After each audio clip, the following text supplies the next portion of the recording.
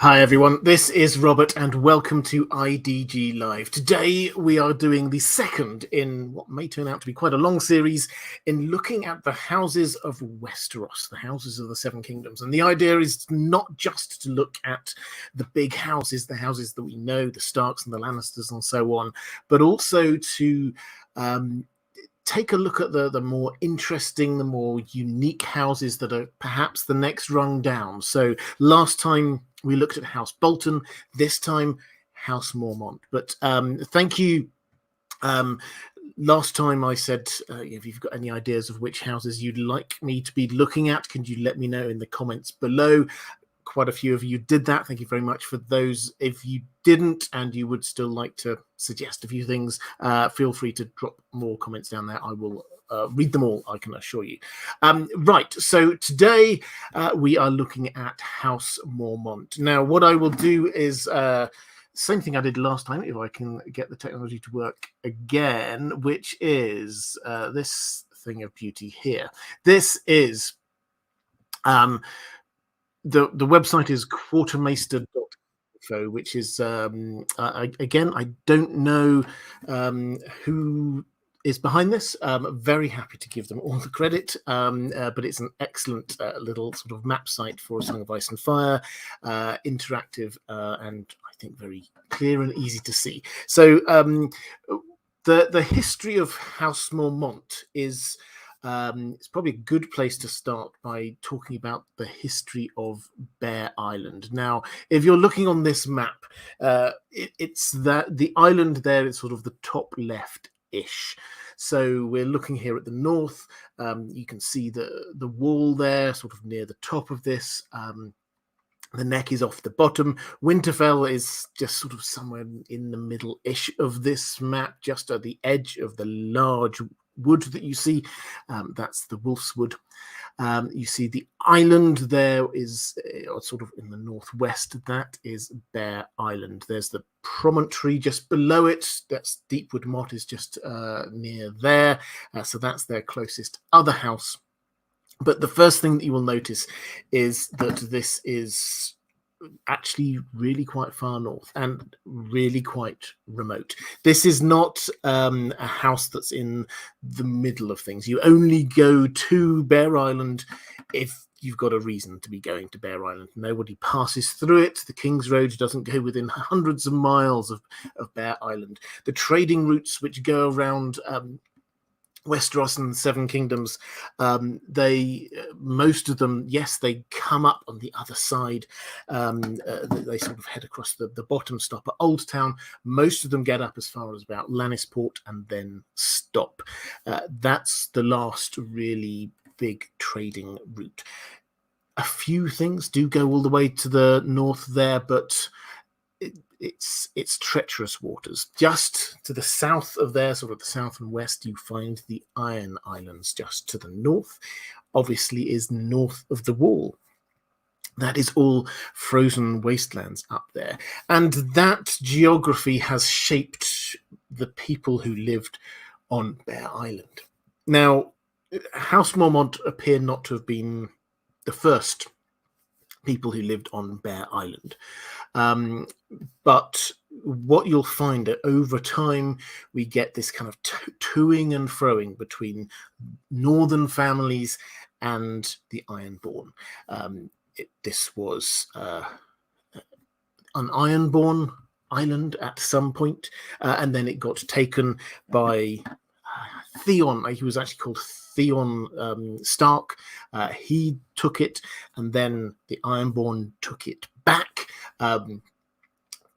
Probably House Hoare, who became quite famous a lot later. So the Ironborn took it back, and then it was won back again by the Starks in a wrestling match. We're told the Starks against House Hoare, and the King of Winter won and gave this to the Mormonts. And from that moment on, House Mormont ruled Bear Island. Now, this wasn't an easy rule because still the Iron Islands would raid quite regularly. Still the wildlings would come across there. The wall, you can see from the map, the wall comes across nearly to the the edge, the western edge of Westeros, but all you have to do is go around it. There is an easy way across. There's a ravine, there's a valley which you can go through to sneak through on the western edge past the wall, and they're massive. All of that frozen land there, the ice does freeze over. So this has created a culture which is distinct from, obviously it's a northern culture, worshippers of the old gods, but a distinct culture from all of the other northern houses.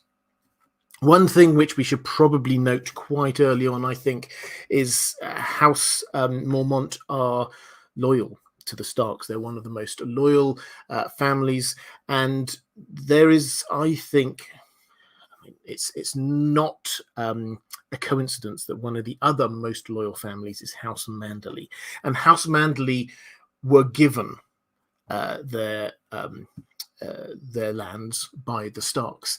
House Mormont were given their lands by the Starks, and so it's almost a kind of a grateful thing. We were looking last week back at the Boltons, and the Boltons had been kings of their own land, and then eventually the Starks defeated them, allowed them to carry on, but that's why there was this simmering tension that went on for a very long time.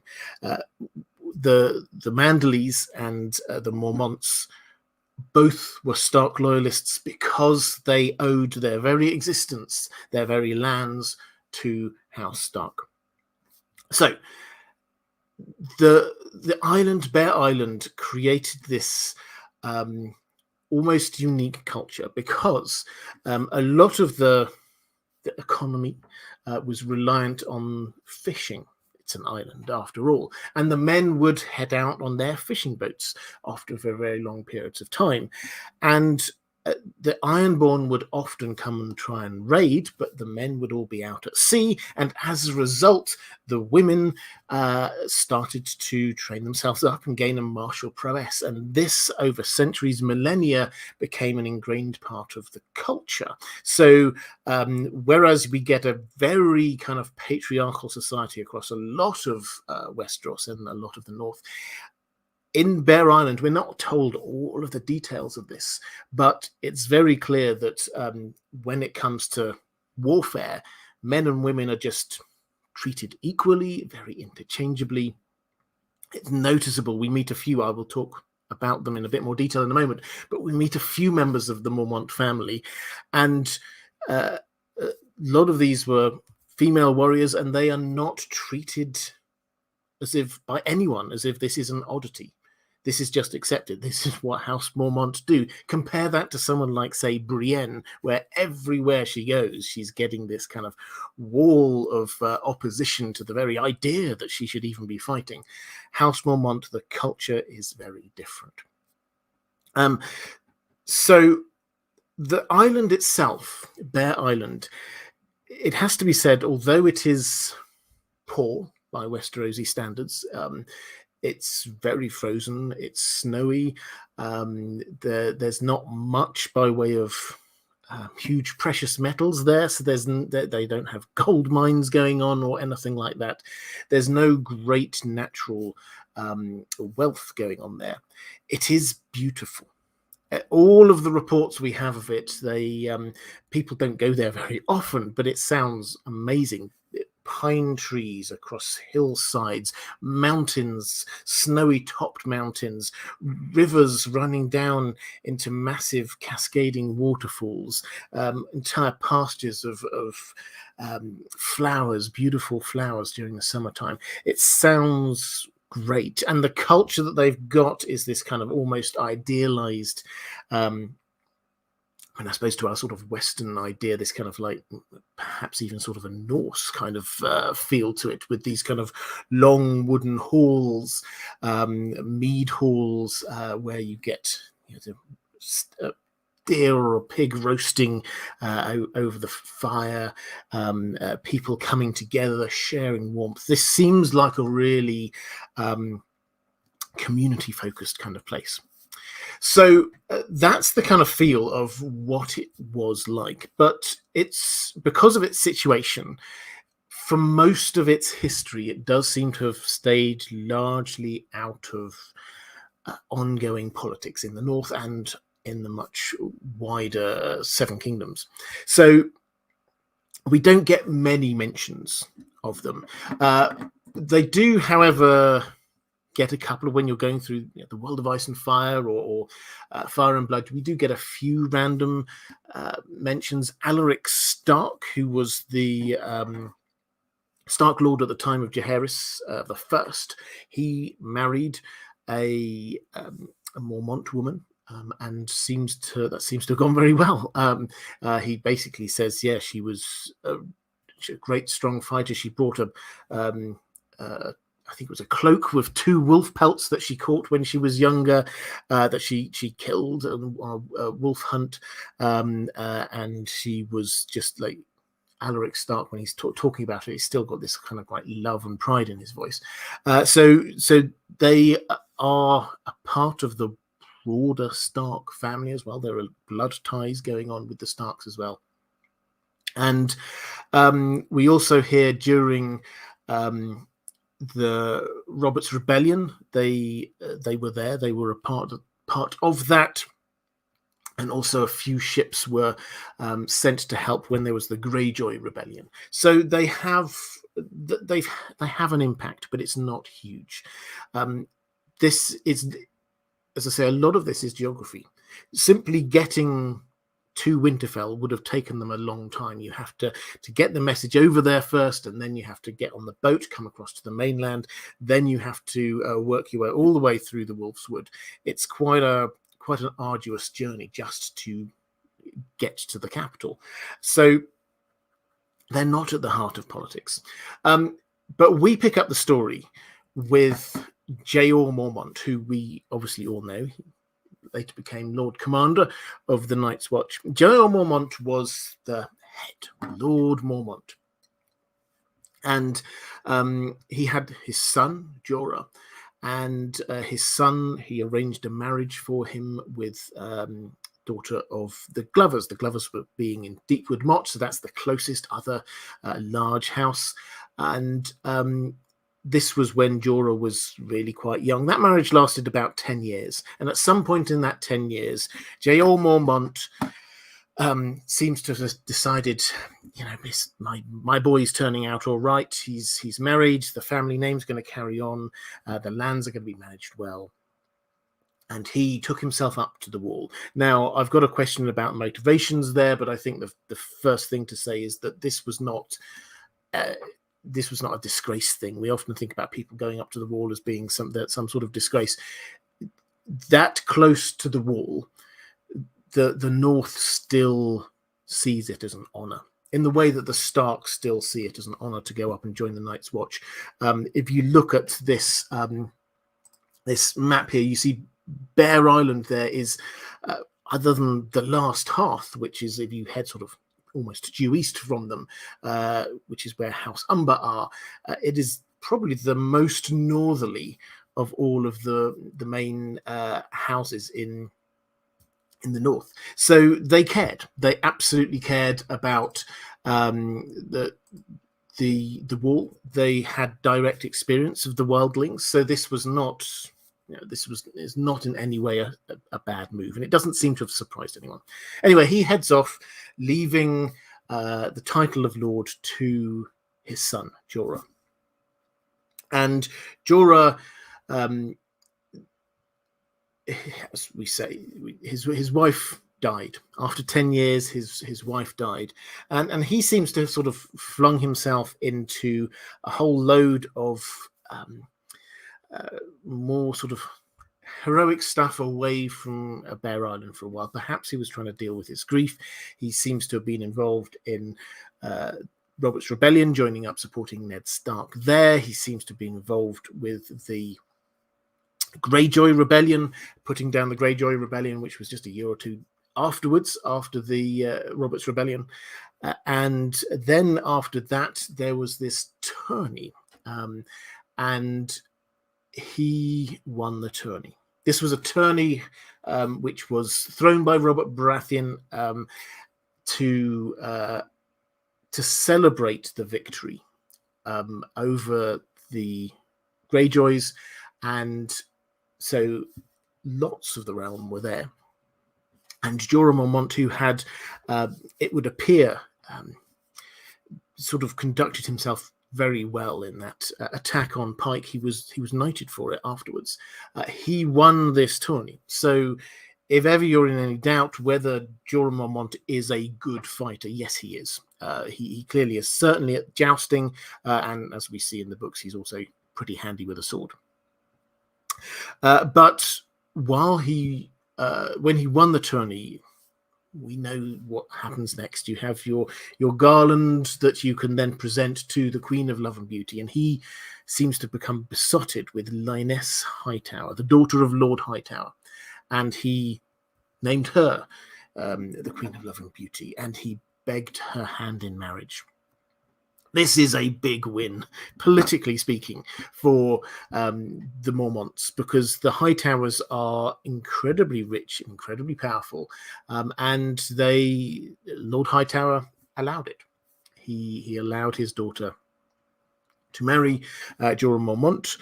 We're not really told her feelings on this subject. The assumption is that she was happy with this, but anyway, he takes her back up to Bear Island, settles back down, and very swiftly she started to get bored, for want of a better word. She was used to Old Town, and Old Town is a city. It's a bustling city. For hundreds, thousands of years, it had been the big city in Westeros until King's Landing overtook it really quite recently. It had everything. It had entertainment. It had all the tourneys there down in the Reach. It had obviously the beautiful buildings, culture, a port that brought people in from all around the world. And she now heads up to Bear Island, which is cold and it's cut off. And all of these kind of home comforts that she'd been used to are no longer there, which starts this downward spiral for Jorah, because he decides he's clearly massively in love with her, and he can see that she's not happy, and so he plies her with all of these things that he can buy. He pays for entertainers to come up to Bear Island to keep her entertained, buys her beautiful jewels and things to wear, but it's not enough, and she remains unhappy, and he and his house get more and more poor and more in debt, and eventually he finds some poachers, and it is his job as Lord to dispense the Lord's justice on these poachers, and he runs into some bad sorts who are on Bear Island. They're from a boat from we assume somewhere over in Essos, and they basically say to him, you could just sell them to us. Rather than killing them, you could sell them to us, get you a little bit of cash. It's very clear this is selling them into slavery. He is selling human beings. And Jorah, at his wit's end, says yes, but gets found out. At which point Ned Stark hears about it, and Ned Stark, we know quite what an honourable man Ned Stark is. He is angry about this, and he heads over to Bear Island to dispense the king's justice. This is slavery in the Seven Kingdoms, which is completely outlawed. Jorah realises that the game's up, and before Ned can get there, Jorah heads off with Lyness Hightower, his wife, over basically in exile. He leaves the sword Longclaw there and heads over to Essos. He has to find himself some work in a sellsword company. While he's away, his wife becomes the mistress of a powerful merchant in Lys, and when Jorah returns, basically he gets chucked out of the city. And this is the Jorah that we meet. I won't go through all of his story in A Song of Ice and Fire. I'm sure we all know it, but that's the situation he has going into this. He has lost everything. Now, what then happens to House Mormont? Well, Jor Mormont is now up at the wall. By this point, he has become Lord Commander. Now, he's already disavowed himself of all of his family ties, so he can't come back. So the rulership of Bear Island passes to Jorah's aunt, Jorah's sister, who is someone called Maege Mormont. Now, we're not told all of the succession laws for the Mormonts, but again, nobody seems to bat an eyelid at this. And Maege is quite an indomitable character. She has 5 daughters, who we'll talk about a little bit in a while. She really comes into the scene in book 1. She arrives when Robb calls the banners. She's there with the Mormont family and their troops, and they head with Robb Stark down south, get involved with his battles there, and are still standing strong with him. When his allies start to fall aside, when the Freys go, when the Karstarks start falling aside, the Boltons do, the Mormonts stay loyal. And Maege herself, again, we'll dig into all of the details of this in a little bit, but Maege herself gets sent off on a special mission by Robb with Gelbert Glover, who she will have known. Again, as I say, the Glovers are the other local family. A special mission to head into the Neck and find Howland Reed, with a view to Howland Reed and the Crannog men helping Robb Stark retake Moat Cailin and get back to the north. That's where she and 2 of her daughters disappear to. That's the last we see of them. Up back home, Alicent is there with Lyanna, and staying with Robb Stark and going to the what becomes the Red Wedding, is the eldest daughter, so the heir apparent. This is Dacey. Now, Dacey is a great character. She's described as being quite lanky, but still very clearly comfortable, both as a fighter and also, it would appear, really quite enjoying getting dressed up in dresses and dancing. And so she is the heir to Maege Mormont, but she dies very clearly in the Red Wedding, and that means that Alicent, who is up on Bear Island, becomes the new heir. She, however, then heads off and helps retake Deepwood Motte, helping out the Glovers again, and decides to join up with Stannis's army, who are on a rather long and circuitous mission to end up at Winterfell and relieve Winterfell, kick the Boltons out from Winterfell. Meanwhile, Lyanna Stark, who we all know from Game of Thrones, stays in Bear Island. So she's now the only one of these daughters, the sisters, who is actually at Bear Island. And when Stannis from the Wall writes, this was a little bit earlier, but when he writes from the Wall to all of the Northern houses, basically saying, you should bend the knee to me, I'm the king, and I will retake Winterfell, she writes back on behalf of House Mormont with the simple phrase, Bear Island knows no king but the king in the north, whose name is Stark. And this really rattles Stannis. And he's saying, well, this is just a child writing this back to me? I mean, where's this coming from? This loyalty. He's clearly quite impressed, but at the same time, quite vexed by this. Lyanna, it has to be said, does not have as big a role in the books so far as she did on the TV show, but we'll wait and see where that goes. So that is your introduction to House Mormont.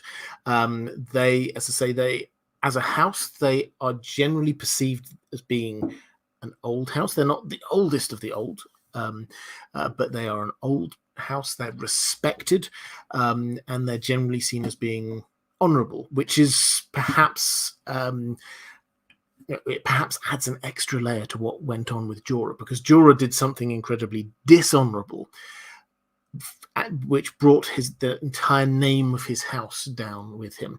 And him leaving Longclaw, leaving the ancestral Valyrian steel sword, is just this small sign that he just recognized, okay, I have done some wrong, tarnished the proud name of my family, and I'm no longer the Lord, therefore this is no longer mine, but also I do not deserve that sword. Okay, so that's a sort of the overview. Let's have a quick flick through the questions, as is often the case. They've some of them have snuck off the top of the chat, so let me just quickly find them. So yes, here we go. First of all, Maura Lee, I saw in the chat earlier. Thanks, Maura. Very generous. Thank you. Saying, in honor of Lady Lyanna Mormont and House Mormont.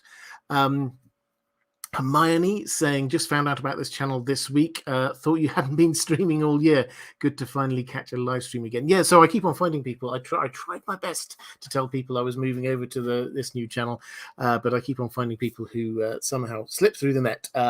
Welcome. I'm glad you found us in the end. So what we're doing here is we're starting a whole series going through the houses of Westeros. Richard Smith saying, in death, Ned has half a continent willing to die for his children. Tywin has a dysfunctional, incestuous, patricidal brood, one of whom is backing Dany, who really played the Game of Thrones. It's an interesting one, isn't it? It's so clearly in their lifetimes, the people who won were the Lannisters. House Stark lost. The War of the Five Kings, there's no real way around it. I've been doing a series of videos which sort of unpacks all of the northern plot line, and coming soon will be a video which is looking specifically at why did Robb lose, how did he lose, and also what was his plan for retaking the North, which are two, I think, underlooked at things, because we just kind of, I think on the first bit we often kind of break down to this kind of pithy, he won all the battles but lost the war. So why did he lose the war? Was it his fault? Was it somebody else's fault? And then he was going to try and retake the North, and what was his plan? And we hear the beginnings of the plan. So yeah, keep an eye out for that one. But sorry, Richard, to come back to your point or your question, in the longer term, yes, I think what we can see here is the value of people being loyal to somebody who has shown good character, and a house that has shown good character and nobility. Tywin and House Lannister ruled with fear, which meant that as long as they had power, they obviously remained in power. But the moment that power leaks away, you see this, the moment the power leaks away, then all of the friends leak away as well. With the Starks, a huge part of the plot of the Winds of Winter in the North is going to be the fact that House Bolton haven't really, although they're dug in at Winterfell, they haven't really got the support of the North. that they've forced people to be supporting them, but most of the people they're forcing to support them are supporting them because the Freys or the Lannisters or someone has got one of their family members captive. So a huge part of this is going to be the fact that people actually want the Starks in charge. The question of which Stark in charge is another matter entirely. But the fact that they don't want the Boltons, they do want the Starks. Yes, I think that Ned can take a huge amount of credit for that. Mike Hanna saying, "Sup, Robert. Sup. What is the benefit of holding Bear Island? Defense against wildlings sailing around the wall or Ironborn? Lots of effort and fighting for on an island that doesn't seem valuable." Well, I think it's so strategic importance is limited. It has to be said. What we can say, actually, I think you know this map now, so I'll maximize me once more. But I think that you're right in saying what's the purpose of this? Is this there as a defense against the Iron Islands? Well, ish. But it's not like Seaguard that they have in the Riverlands that has a very clear navy that is there looking out for the Ironborn. This is a long way north. If you're going past Bear Island, you're going to go beyond the wall, basically. So yeah, ish. Yes, it also has a lot of things that you can, the fishes there's pelts there. They do have some things to trade, but it's not a rich island, so it's not the land in and of itself. With the wildlings, yes, they do sometimes come to raid, but that's not, most do not. It gets very frosty and icy when you're heading over there. That's if you look sort of the north, actually beyond the wall, it sort of heads north and west past the frost fangs, the mountains, icy mountains, and up towards the lands of always winter. So that's where it gets a lot colder. So most of the wildlings do not live on that side of the map. So strategic importance, no. It's because it's the Mormont's home.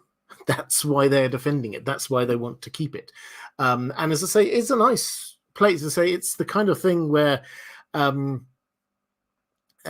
you read about it, you may or may not want to live there, but it does sound beautiful. It sounds like the kind of like the place that you'd love to go and spend some time in.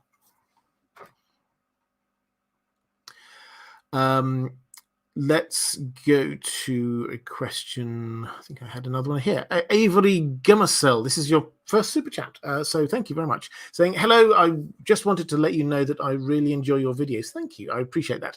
Do you think Dany will take Jorah back once he meets up with her again?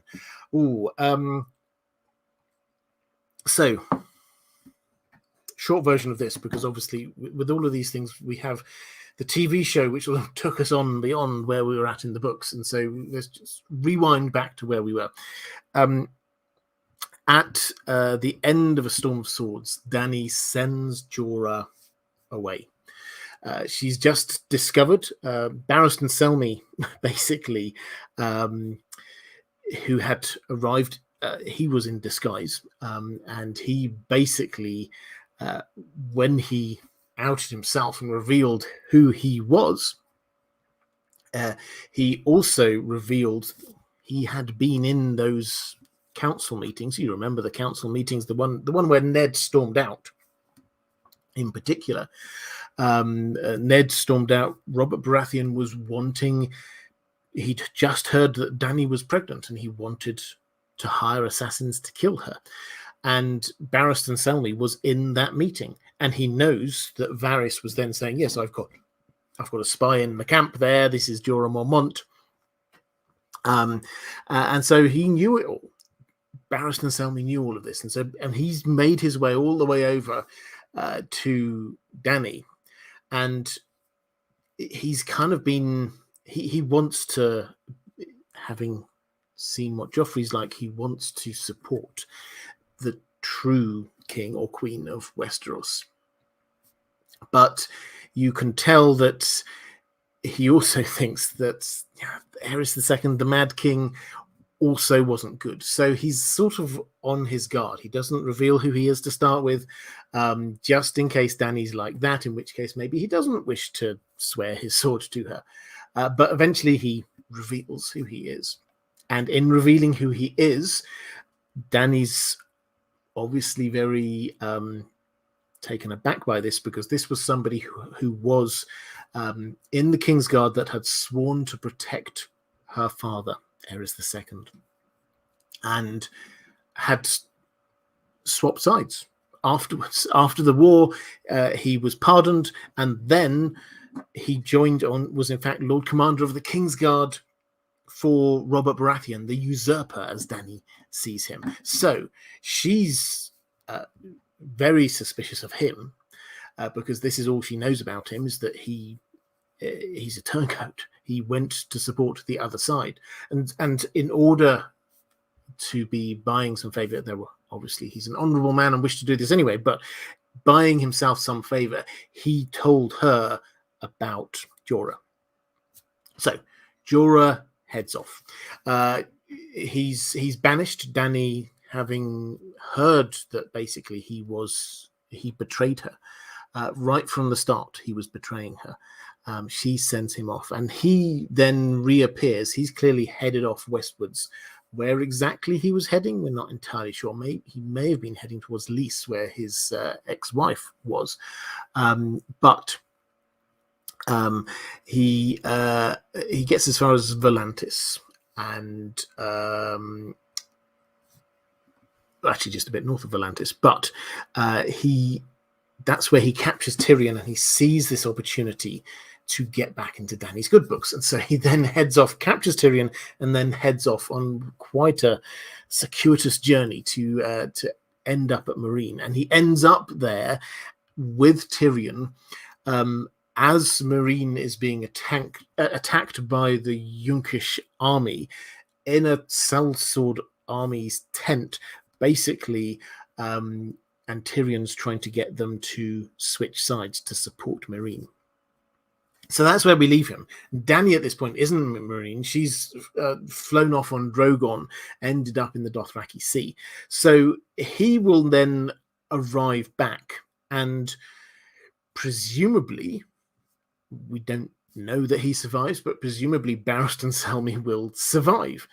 And then we're left with this issue of what does, on Barristan Selmy's word, he knows that Jorah is banished. So what does he do? Probably Jorah will be imprisoned by Barristan Selmy if Barristan's still there.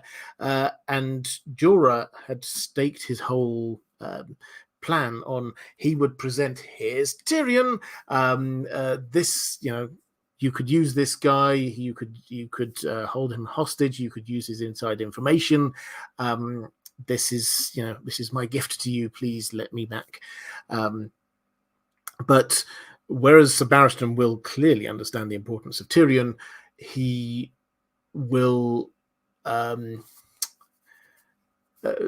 not be minded initially to be just welcoming Jorah back. It's my gut instinct. So it's a matter of what happens when Dany arrives back. Dany will likely have arrived back on the back of a dragon, having turned to her. This is what George R. R. Martin said. I'm paraphrasing, but this is the idea. She's now on a more fire and blood path. The idea, she now wants to invade Westeros, not hang around in Meereen anymore. She's probably got the Dothraki on her side already. Now she's gone to Meereen to collect her other dragons and the rest of her army and head off to attack Meereen. Will she welcome him back? So that's the context, at which point we now get to the question. Will she therefore welcome Jorah? I think, given the fact that she reaches this point where she will not trust anyone, so she doesn't think that she's going to trust anyone. There's a couple of points in her last chapter, when she is sending him out, and she's thinking about who she can trust. The last chapter in The Storm of Swords, I was listening to it literally today. There's 2 points when she thinks about who she can trust. One point she thinks, I can't trust anyone. And another point where she thinks there are only 2 men I can trust. The dragon must have 3 heads. So she's thinking the only people she will trust will be other Targaryens. Now, you and I know that she will probably meet at some point in the not too distant future a couple of people who either claim to be Targaryens or are told that they are secretly Targaryens, Vagon and Jon. So will she therefore trust them? But until then, she's going to be carrying on with a group of people that she has decided not to trust. And it's noticeable, although she cast him out, this is a really finely made decision. It was on a knife edge. She was actually going to not throw him out. She decided, she was thinking about, what am I going to do? And she thought to herself, if he begs forgiveness, then I will forgive him. But he doesn't. He basically says, you must forgive me. And it's like, no, there's no must about it. I'm the queen. I decide these things. And she decides not to, as he's heading out, she decides not to sort of look, because then if she'll look at him going, she'll cry. And if she cries, then she'll she'll stop it. It was really close. She very, very nearly didn't throw him out. So I think there's a fair to even chance that she will allow him in, not in the same position he was in before, but as part of this kind of broader council of people. She's going to get more. Mokoro is going to be arriving. Marwyn the Maid is going to be arriving. Is she going to trust these people? Well, probably not. But she's going to surround herself with a whole load of people that she doesn't truly trust. And that is going to be the group of people she heads off to Westeros with. Okay, let's go to another question in the chat. Carl Karsnark saying, is there a name for the site where you found this map? Yes, it's quartermaster.info, I think it's called. So please do go over there. There's a link on there to support that site. So I'd encourage you, if you use it, to do so. Yes, and I mean it. If anyone knows who is behind that site, I would love to thank them, because I think it's excellent. Kieran McGee saying, loving this run of house videos. My question is about Longclaw, which is the ancestral Valyrian steel sword. What was Jeor's plan of passing it on pre-Jorah's banishment? What part do you think it will play going forward? And is Longclaw Lightbringer? Okay, so let's break those down. What was his plan of passing it on pre-Jorah's banishment? So Jeor left it to Jorah, and then Jeor went off to the wall. So that was what his plan was, and he thought at the time Jorah was married, and yes, they seem to be struggling to have children, but Jeor thought, oh, they will, and they will pass it down to the next generation. So Jeor, that's the limit of his thinking about where it's going to go. What part will it play going forward? Well, it's Jon's sword now, and I think he will continue to use it, and particularly as Valyrian steel very likely will be an important weapon against the others.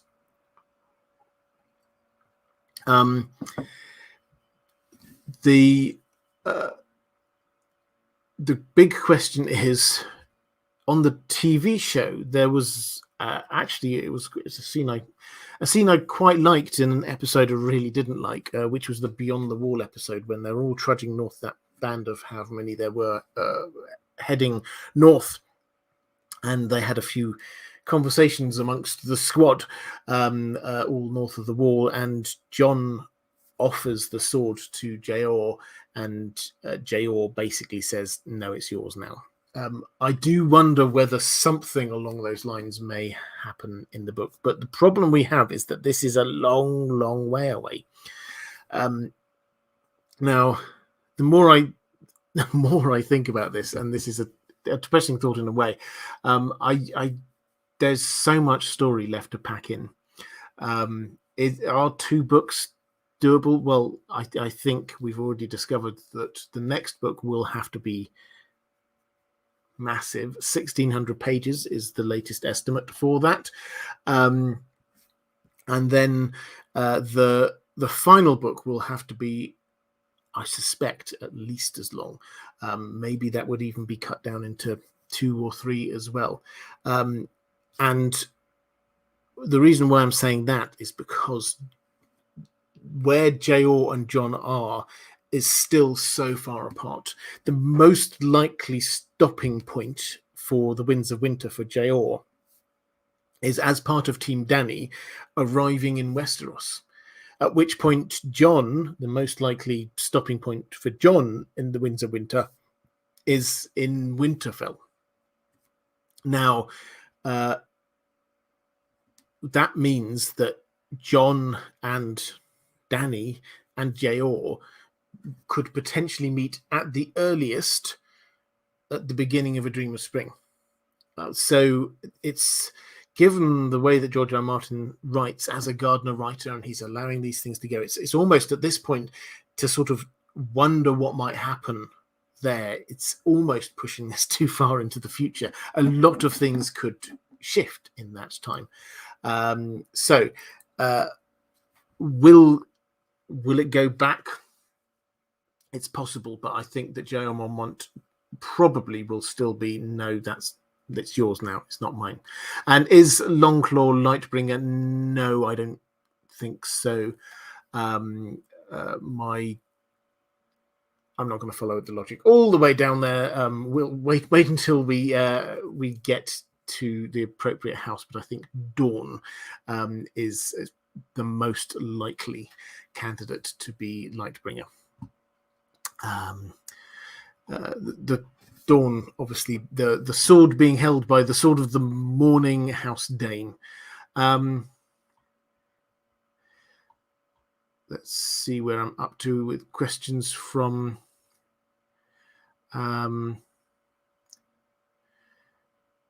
Kelly Summers. Why did the Mormonts and Cassells pursue knighthood? Richard Smith saying, lovely rolled R. I don't know when I did that. It's clearly subconscious these days. But Kelly Summers, why did the Mormonts and Cassells pursue knighthood? I don't. So most northern houses did not do knighthood. So the further north you go, broadly speaking, the less likely you are. It's Ned Stark's attitude seems to kind of sum up a lot of the attitude in the north, which is that actually when it comes to fighting, just having a title before your name means nothing. Ned never entered tourneys because he didn't really want other people to know his tricks, how good he was, or anything like that. And that kind of very pragmatic approach to it seems to sum up a lot of the North. However, there clearly are some members, some people in the North who get knighted. And the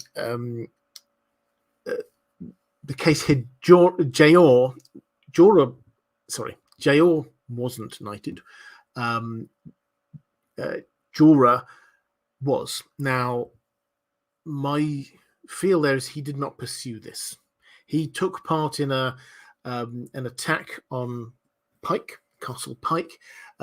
This seems to have been sort of just after perhaps his wife died, and he's kind of just hurling himself in the front of the action, one of the first across the wall into the breach, and he seems to have his valor has been recognized and he got knighted there. So it's not the kind of thing you refuse. If your king turns around to you and says, I saw you were incredibly valorous, I think I'm going to knight you, you don't turn around and say no.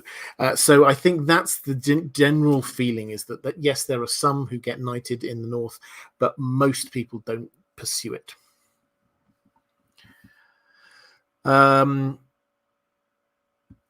Andrew K saying, I believe I read somewhere that George R. R. Martin originally wanted Bear Island a bit more south off the stony shore. Suppose he opted to place it that much more remote and closer to the northern Arcana. Yeah, I don't know. I've not dug into that. But yes, the placement of it is deliberate, I think, to be close to the north. Martin S. What did Eddard Stark think of Commander Jor Mormont of the Night's Watch? Also, was Commander Jor Mormont betrayed and murdered in the novels the same way as in the show? So what did Ned think of Jor Mormont? I don't think we have him specifically thinking of him, but Ned had a high regard for the Watch. He obviously, his own brother was up there, so I'm sure they would have discussed it. And he will have known Jor. He would have been quite young at the time, but he will probably have known Jor beforehand. So I think he had a positive view of him. I don't think that we've got a definitive line from Ned that says Jor Mormont, good man. But I think the general feeling is that of respect. As for the second part there, was he betrayed and murdered in the novels the same way as in the show? I mean, very broadly, but what happens is the Night's Watch after the Fist of the First Men, the battle of the Fist of the First Men, they get attacked by the others, the Whites. A few of them manage to escape and head down south as fast as they can, and the place they think to stop is Craster's Keep, part way along the way. They stop there on the way up, and they stop there on the way down, and they kind of regrouped there, at which point Jor is like, okay, we're going to stop here for a very little bit, then we need to be heading on. We need to be respecting our host here. And by then, there was already a mutiny, which was going to take place. We often have these, we often talk about the prologue chapters. The one that we often don't talk about prologue and epilogue chapters is when we get this I've forgotten his name. Someone in the chat will remind me of his name, but one of the Night's Watchmen at the Fist of the First Men is there and basically saying, let's revolt against Lord Mormont. And we see in that chapter, we see him about to, they were going to kill off the loyalists to the Old Bear, and then they were going to kill him, and then they were going to head down south, back down south again and they wouldn't have to follow the Night's Watch. And this is indicative of what the Night's Watch had become, because they were no longer loyal. They used to be getting good people heading to the wall, but then successively for generations from the south, this was just the people from the Black Cells sent up to the wall. The people in the Black Cells, yes, we think of it as this is where they sent, the highborn prisoners, Ned Stark or Tyrion or whoever, but this is also where they sent the most dangerous criminals, and that is the group of people that get sent up there, as well as dangerous criminals from other parts of the Seven Kingdoms. So this is not an elite fighting force. This was a force which was already going to rebel, and then they are heading back down south, and they get to Craster's Keep, and this sort of cabal, or what is left of the cabal of people who are going to revolt anyway, they're thinking, so Craster's here, and we're pretty sure he's got more provisions than he's telling us about. It's been ages since I've had some nice wine, or I've had some mutton or something, whatever. And so they decide they're just going to kill Craster. They're going to kill Jor Mormont, and this seems like a good enough place for them. So that's where the revolt happens, and he is killed. Now, Sam, thankfully, escapes from that with Gilly, and we see from a completely different perspective, we see that actually those people who were part of that revolt, they do get attacked eventually by the army of the dead, and they do not survive that.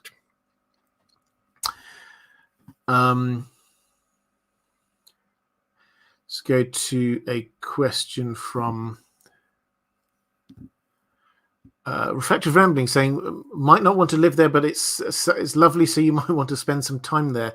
Not decreasing my Bear Island is Maine checklist. You love it if it's in your blood. What can I say? I don't know Maine very well, I have to say, but I will take your word for it. And Northern Tommy, first super chat, thank you so much. Very generous of you, saying, should Jorah have set some boundaries on his wife's lifestyle expectations? Of course, slaving is wrong, but it seems he could have tried communicating with her a bit more. Well, yes. I mean, I don't think we can defend him here.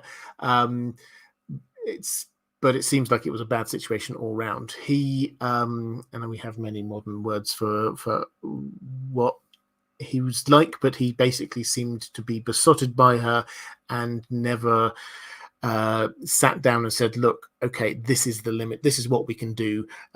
Particularly, he probably should, in the interest of open communication, before he wanted to have her hand in marriage, he should have sat her down and said, okay, so you're here down on the south coast of Westeros where it's nice and sunny and warm and you've got all of the things that you want and lots of entertainment.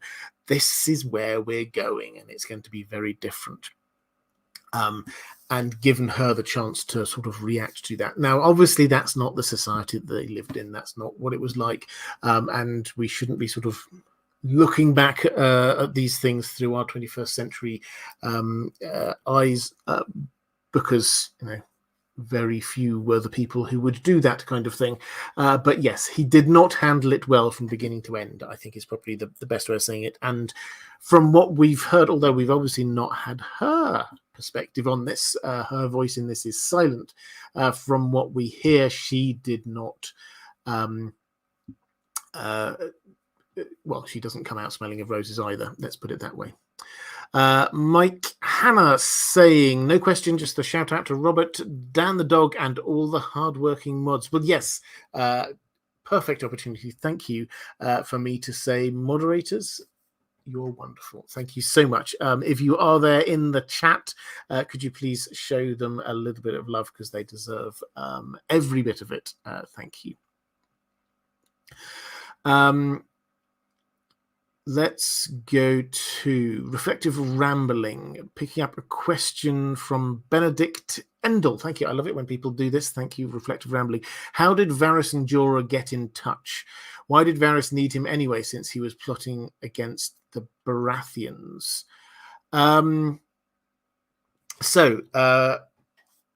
Jorah was he was a sellsword around the Free Cities.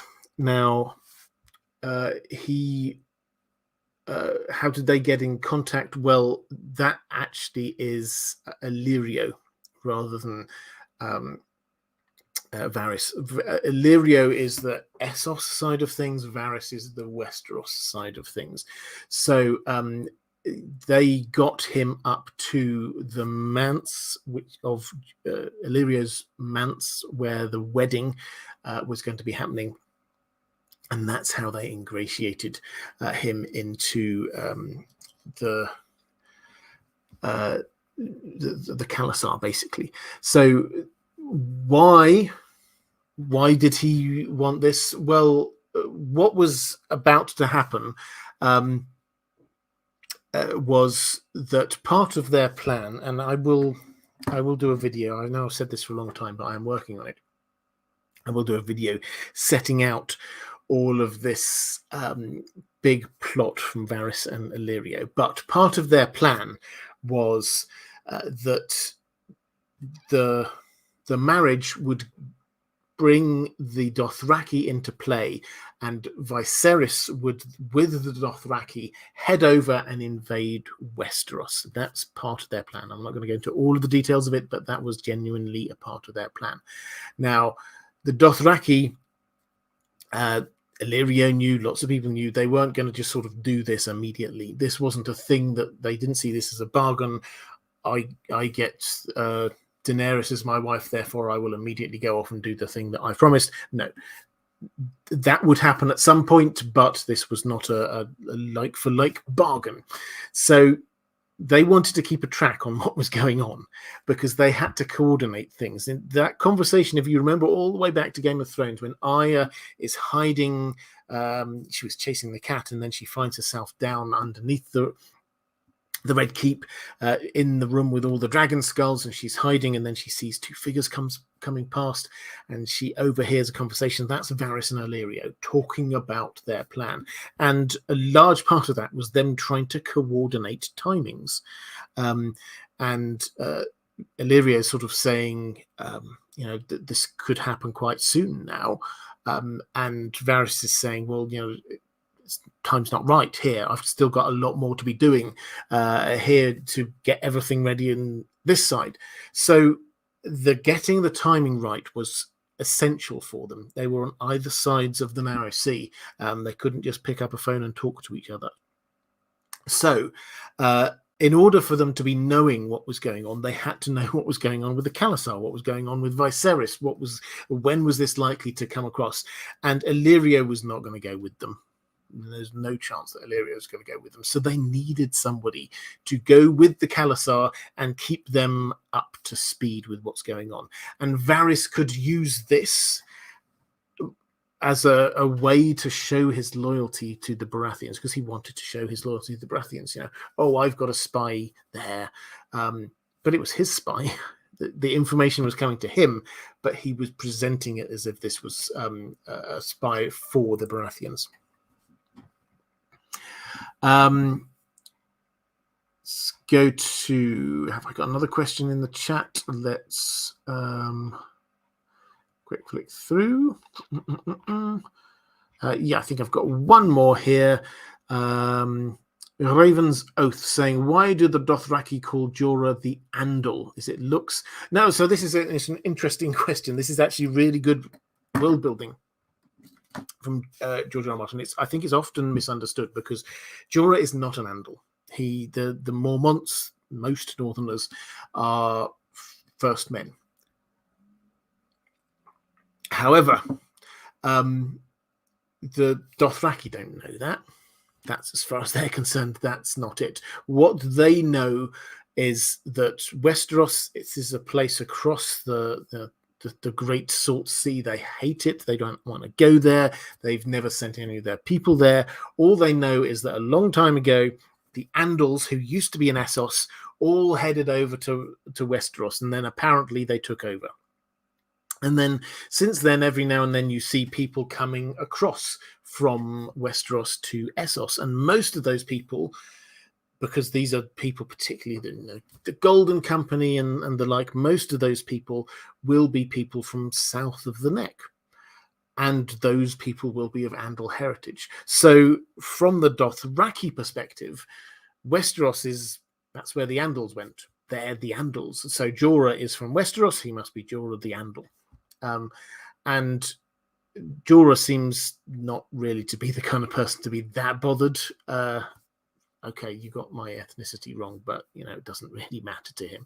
So that's why they call him Jorah the Andal, because from their perspective, that's who was there. They don't know that there are 4 or 5 different ethnicities actually going on in Westeros. Doesn't concern them at all.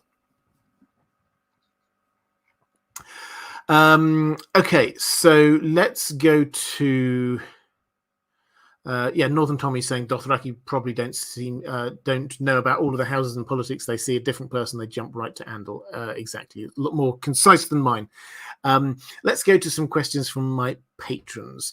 Magma Frost 13. Hi Robert, this is something of a joke question. But always good to start with a joke question from my patrons. As I'm not able to find the evidence, perhaps the chat can help with that. Chat, I'm looking at you. I've heard it said that the ladies of Bear Island, or perhaps just the Mormonts, were rumoured to skin change into bears on the mainland to find a mate. And Tormund claims to have once slept with a bear. Do you think these could be related? This may tie into the, I believe, joking theory that Tormund could be the father of Lyanna Mormont, although I've never been clear on why it's Lyanna specifically. Okay, so yes, there's a I think Michelle Rimo, you also asked about that one. So yes, there are two sides to this, which is a long-standing fan theory, which has no, we can't prove it either way, but it sounds like a fun little link. Tormund at one point tells Jon a tale about how he once slept with a she-bear, basically. And the way he tells it, it's a very funny story, the way he tells it, but, or at least he thinks it's funny. We have that. And then on the Mormont side, we have, we've already noted that they seem to have a very different kind of societal structure to the rest of Westeros, or the north as well. We have Maege Mormont, who is the new lady of Bear Island.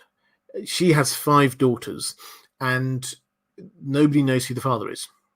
Similarly, her second daughter, Alysanne, who at the time we are at in the stories now is the heir, she has 2 children and doesn't say who the father of them is either. And she has a conversation with Asher Yara, and Asher's sort of asking about this. And Alysanne Mormont says to her, "Mormont women are skin changers. We turn into bears and find mates in the woods. Everyone knows." Now, that's one of those comments that it comes across as slightly tongue-in-cheek, just as a, none of your business kind of answer. But we're in a magical world. Skin changers do exist. So it's possible. So putting these things together, Tormund, with his incredibly tall tale of sleeping with a she-bear, and the fact that the Mormont women allegedly change into she-bears and then mate, leaves open this speculation that perhaps Tormund might be the father of one or more of these younger Mormonts. Now, why Lyanna? Because she was on the TV show and it is cool, I think is the short answer. It's probably fair, just to clarify the situation. We've got sort of related questions to this later, but it's worth pointing out. Lyanna Mormont is the on the TV show. She was the embodiment of House Mormont, and they just conflated all of these characters basically into one, her, which I can understand from a TV show perspective that they want to do that. And as I said, Bella Ramsey did a fantastic job there. But on the show, there's a lot of these Mormont women who are all distinct. But it's possible is what I'm saying, but we don't have any definitive evidence either way. And Michelle Rimo's asking, if Maege is not married, then wouldn't the girls technically be bastards? How does the inheritance work on Bear Island? We do not know, but it clearly doesn't seem to matter to them. Now, it's one of these things where you can tell a lot by what people don't mention as being odd in some way. Clearly, the Iron Islanders, Asher's just, well, who's the father? This clearly is an issue. They've got a very different culture over there as well, where you can have stone and salt wives, like your official wife, and then a number of other women that you've basically abducted from elsewhere. So they have a different system, but the Mormonts, nobody at any point, when Maege Mormont became head of the house, nobody seemed to bat an eyelid at it. Okay, she's next in line. Fine, that's it. Similarly, the idea that Daisy or then Alison become heir, yeah, we don't have to go hunting for where's the next male in the line of inheritance. We don't have to think about any of that. That's just it. And the fact that Daisy and Alison, we don't know who their father is, also doesn't seem, nobody raises it as an issue apart from Asher. Nobody raises this as an issue. So I think we can pretty clearly say that whatever their lines of succession are, we're not told specifically. It doesn't seem to care about gender. It doesn't seem to care too much about questions of who the father is. And this, interestingly enough, might echo something that is happening down in Dawn. It's always fun to see where these different things come, because Dawn also don't care about whether you're male or female in terms of lines of inheritance. And there's a plot going on there, possibly to try and get Myrcella to be put onto the throne, because she is older than Tommen, and therefore under Dornish inheritance rules she should have been inherited. How does this have an impact in the north? Well, the Mormonts probably don't think of Jon as being bastard, therefore out of the line of succession. That really wouldn't matter to them all that much. It's not really a big issue for them. So we don't have the exact laws of succession for Bear Island, but it seems a lot more relaxed than the rest of the north.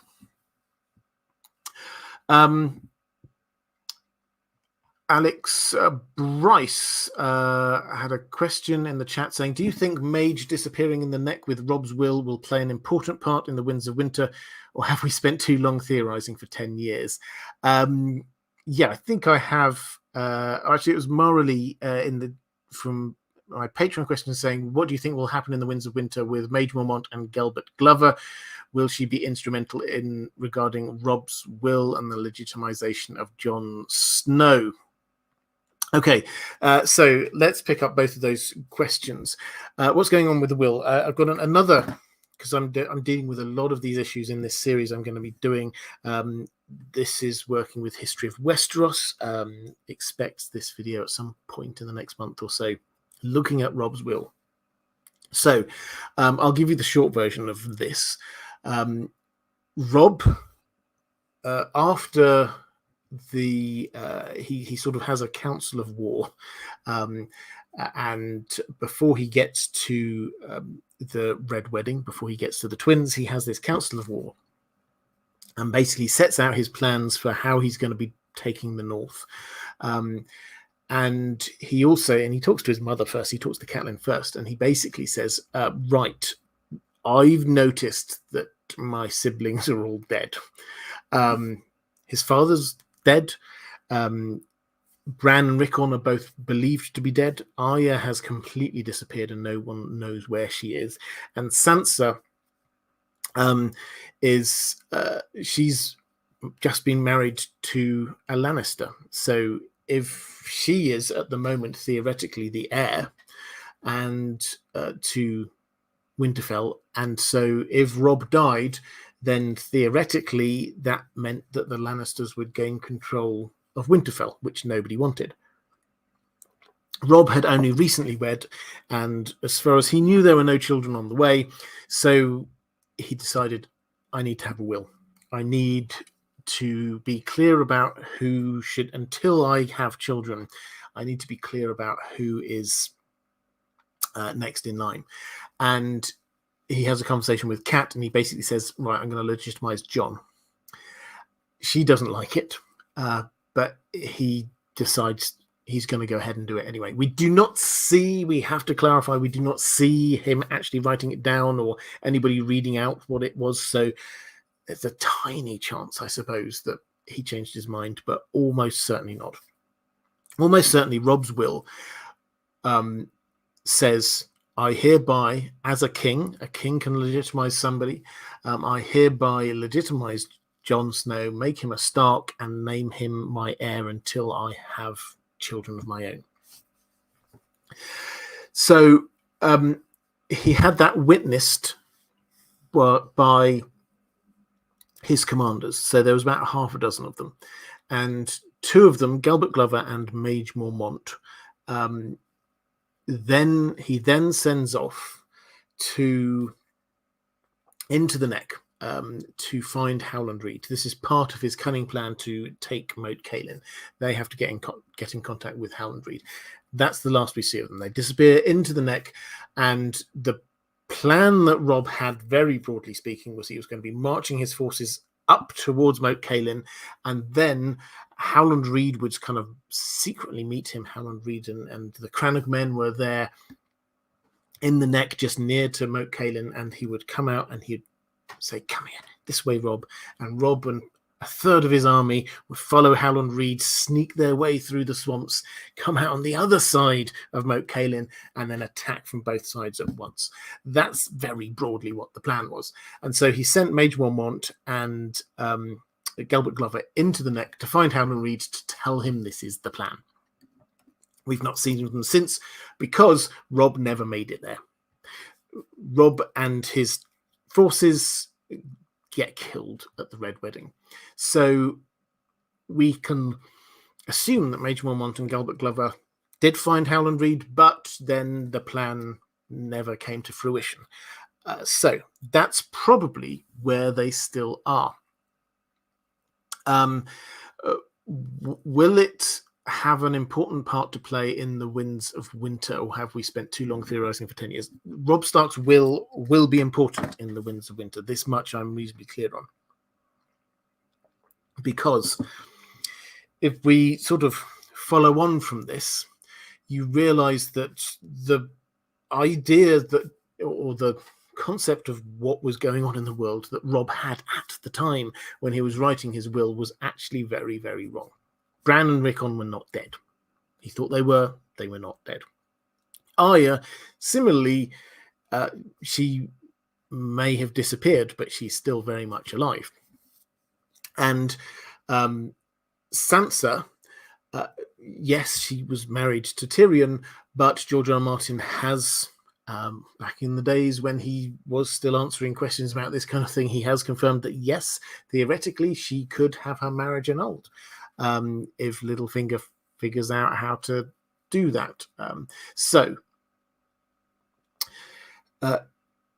What Robb thought was the case was not the case. So we will end up in a situation, if the Boltons get defeated, who is going to be championed to be the Stark, the new head of the Stark family? Well, Robb has named his heir. His heir is Jon. So some people will be falling in behind Jon. However, what happens even when Bran arrives? Because Bran, yes, Jon might have been legitimized, but that was on the basis of Bran being dead. And Bran was Robb's heir before that. So if his will says, because Bran is dead, therefore I legitimize Jon, some people might go, well, Bran was the heir, and this will does not actually overwrite that because it's built on a false understanding of the reality. Similarly, you find that Lord Manderley thinks he's found Rickon Stark, and he sent Davos to bring Rickon back, clearly thinking, I'm going to put Rickon back into Winterfell, and Rickon can be the Lord of the Starks. Littlefinger has a cunning plan that he's explained to Sansa, that he is going to, after he's secured the Vale, he is then going to go up and claim the North using her. So she will be the new Lady of Winterfell. So what you're left with actually is about 4 different Stark claimants who have different people pushing their claims. We're actually going to have a succession crisis for the Starks. Now, this isn't to say that the people themselves will be against each other. I suspect Sansa and Bran or Rickon, when they meet, they're not going to suddenly be fighting each other to be who's going to be taking over control here. But the people who support them might well be. So will it play a big role? Yes, it will play a big role. And it will end up, I suspect, with Robb being named either Lord of Winterfell or King of the North, because Stannis wanted him to be there. Jon is the person who has his own army basically at his back. Jon does seem to be a leader. People do seem to want to follow Jon. Bran almost certainly won't want it. Rickon, I suspect, actually probably isn't very long for this world. Arya, if she gets back in time, will probably not want it either, and in any event would probably be behind the other people. And Sansa should also therefore be behind in the line of succession to both Bran and Jon. So I think it will end up being Jon, at least partly on the basis of that will.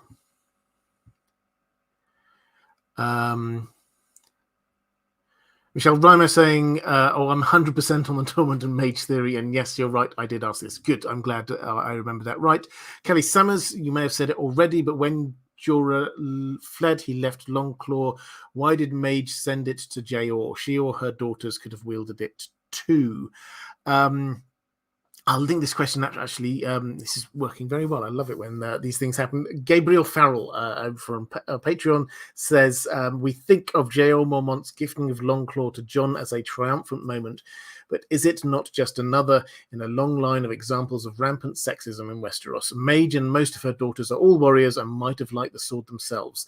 This decision is rather cruel on them, isn't it? So we've got two things going on. So Jorah left it at Bear Island. Is this fair where this ends up? Is the sort of the overarching question here. He leaves it at Bear Island. Maege Mormont then has it. She's now in charge. What does she do with it? Well, Maege Mormont, yes, she's a fighter, but she favors the mace. We're told that's what she fights with. She has a mace. So she would not use it herself. And her daughter, and therefore her heir, Daisy, I believe used a Morning Star. Now, again, actually having a sword is not really what they want. So in that context, it actually kind of makes sense to send it up to Jor Mormont because it was his sword, and it's not got an immediate use there for the Mormonts. And what's Jor Mormont going to do when he dies? He's an old man these days. He's the old bear. I mean, he's not like on his deathbed when we get to the Song of Ice and Fire, but he will die at some point in the next 10, 20 years. And what will happen to the sword? Well, very probably it will be sent back down to Bear Island. So from their perspective, actually, no, this isn't that makes sense. Jor giving it to Jon. Now, it is his to give away, is the short answer. And clearly Maege has already decided that she doesn't want it, nor does her daughter want it. Now, I do think, and I have long thought, that him deciding that he wishes to pass it on is a bit of a slight to his own house. And I think this shows his moving on from being a House Mormont loyalist to being more of a Night's Watch loyalist, and also the fact that he hasn't really got over what Jorah did. So he does he does treat Jon as this kind of like almost like a project, like a surrogate son to be teaching, training, to be taking over from him, which is what he did with Jorah. So this is immediately the dynamic. So with Jorah was his son, his heir. He was training him up to be the next Lord of Bear Island, and passed the sword onto him, and it all went wrong. When you get Jon, Jor, we're told, saw something in Jon. We're not told what, but clearly it means that he's a leader. Jon is undoubtedly a leader. He has some degree of nobility. He stands up to bullies. Those things were established very early on in his time at the walls. Jor saw something in him, and he made him his own personal steward because he wanted to train him up, because he saw him as a potential future Lord Commander. So basically, he has taken on Jon in a kind of a surrogate role of, as he did Jor, he is teaching him to become Lord after him.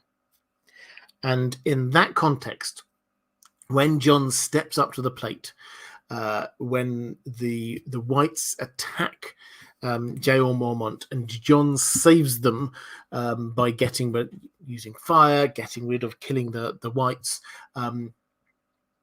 that is when Jor gives him as a reward the Valyrian steel sword. So the clear idea is he is passing this on to his new kind of surrogate son. Is it a bit sexist? Perhaps there's an element of that there, but I think that what George R. R. Martin is trying to do is to show us Jor's character, rather than him trying to make some sort of a point.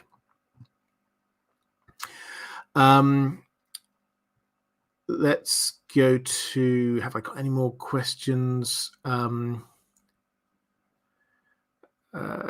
Dragonborn saying, congrats for hitting 600k subs. Thank you very much. Yes, I did.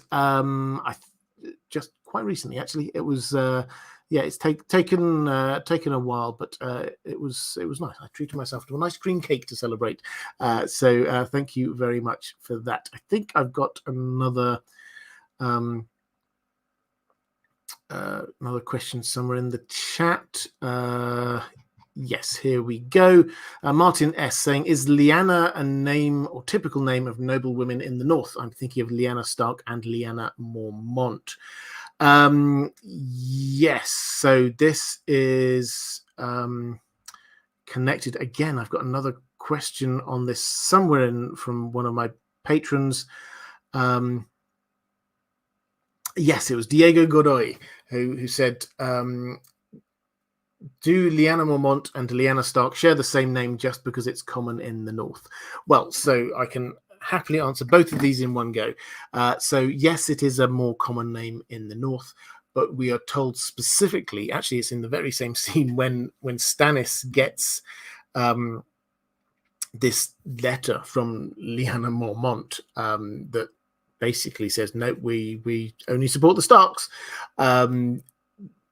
Then Stannis sort of says to Jon, who is this Lyanna Mormont? And Jon basically says, so that's like the youngest daughter of Maege Mormont. She's maybe 10 years old, and she's named after Lyanna Stark. So it's clearly known that she was named after her. Now, should we read too much into it? I don't think so. This is a fifth daughter, so it's not as if they very clearly wished to honor Lyanna Stark. Although, having to think about the timelines, there is quite a big gap there, so it's possible that she was the first daughter born after Lyanna Stark died. Here's me after thinking things on as I'm trying to work through the timelines live for you. So yeah, it's possible that this is, well, it's definitely in honor of Lyanna Stark, but I don't think that necessarily means that there's anything more in there. Stannis just sort of like says, oh yeah, obviously it's just an attempt to curry favor. I know how the game is played, which is probably partly right, but probably also a bit cynical on his part. I think that the Mormonts clearly loyal to the Starks. Ned Stark clearly devastated by the loss of his sister, and this is a nice thing for House Mormont to do. Let's go to a question from Caius Ballerina. Shout out to my girl Daisy that killed Benfrey Frey with a wine flagon at the Red Wedding. Did Jor have that raven prior to going to the wall?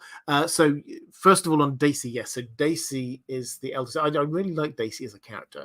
Actually, it has to be said. We see a lot of her at the Red Wedding chapter. That's when we get the most from her. This is from Kat's perspective. And Daisy is there basically sort of on the high table near to Kat, and she seems to be having a good time. There are some people getting very drunk, like Great John Umber. She seems to be focusing on the dancing. It's an odd atmosphere in the wedding. Catelyn is she's on edge all the way through it. She's there convinced, they've got guessed right. We've been offered and taken the bread and salt. We're safe. But still she's kind of on edge. And it's almost as if she's seeing what's going on with Daisy, who seems relatively oblivious to all of this, it has to be said, as a sort of a bellwether of what's going on. And when you reach towards the violent conclusion of the Red Wedding, and the bedding happens, and so a large amount of people start leaving the hall, and the music starts to change to be like this. It was never very good to start with, because a lot of the musicians are actually not musicians. They're actually crossbowmen waiting for the moment, but they were just like given a drum, and so they play the drum and in disguise until it's time for you to start shooting people. But it gets even more raucous, and Daisy then wants a dance, and because she's been enjoying herself, and so Benfrey Frey, all of the Freys have had to be on best behavior. They seemingly on edge all the time. The bride has been crying all the way through this, and he shrugs off Daisy. He basically says, "No, I've had enough. I'm going," and he heads off. And this is pretty much the moment when Catelyn seriously realizes something's going wrong. She chases after him. She tries to figure out what's going on. You're wearing armor. What's happening? And by the time she's just going through this thought process, that's when the crossbow bolts start coming down. But it's with that rejection of Daisy that she clicks just a moment too late. Sadly, it just clicks what's going on. Did Jor Mormont have that raven prior to going to the wall? We don't know. Now, again, I've got a question. This is Commander Ray asking about the raven, saying a tangential question to Jor. Do we get a name for the raven? And do you think that the raven will go with Jon when he leaves the watch? So I'll pick up all of those questions in one. Does the raven ever have a name? We're not told one. Did Jor Mormont have it before going to the watch? As far as we're aware, no, but we're not told. It's just Jor Mormont's raven. For those who are perhaps mostly show people, they didn't really pick up on this so much on the show. In the books, the raven is quite the character.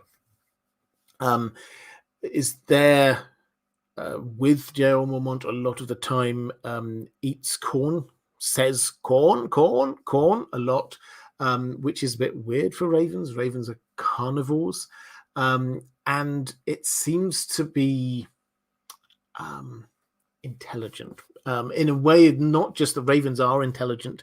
I can remember at the Tower of London, they keep ravens, legends surrounding the ravens. And I can remember going there and listening to the keeper of the ravens there, who was telling stories about the ravens. And they live for a long time. Some of the ravens in the Tower of London are in their 40s. I think some ravens have lived to their 60s.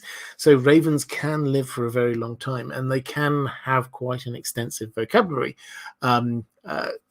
English people might be amused to find out that one of the ravens there, certainly when I was there, one of the ravens there spoke with a strong Geordie accent, because the keeper was a Geordie, and so they were mimicking him. So the raven was, you can imagine a raven speaking with a Geordie accent. For those outside England, may well not know what a Geordie accent is, but it's a very strong one. This raven, sometimes we see it looking as if it's reading papers. It's just like staring down at them and sort of like doing that kind of thing. But most intriguingly, it says stuff that is useful. People don't pick up on this huge amounts, but when we get that moment when the White is attacking Jor Mormont, and nobody knows how do we stop this, because they hadn't really come across this before. How do we actually stop this? It's the raven that's calling out, "Burn, burn, burn," at which point Jon does burn it. It's the raven that is the person who, or the bird that actually saves the day. Nobody really picks up on this. When you get we were also talking about it earlier, when Jor Mormont is killed, and we get Sam and Gilly there, and Sam is procrastinating about what he should do, and he's being urged to go because the others are on their way, the Whites are on their way, and he doesn't know what to do. And Mormont's raven comes and just caws at him, "Go, go, go." And again, later on, we get when Jon is elected Lord Commander, it is the crow that it basically is the deciding factor, because they have this cauldron where they put all of the votes in, and the crow is hiding inside it. And sort of it comes out and like flies around, and then kind of flies to Jon. And some people are going, this is this is Lord Mormont's crow, the raven. This must be what Lord Mormont wants. And other people are disputing it, but then it's very clearly saying snow, snow, snow. This is who he's trying to make it clear. And then they sort of say, yeah, well, it only knows 2 or 3 words, and then it immediately churns out a whole load of these other words to prove that this was not just a random word that it was saying. So this is clearly, there's something going on with this raven.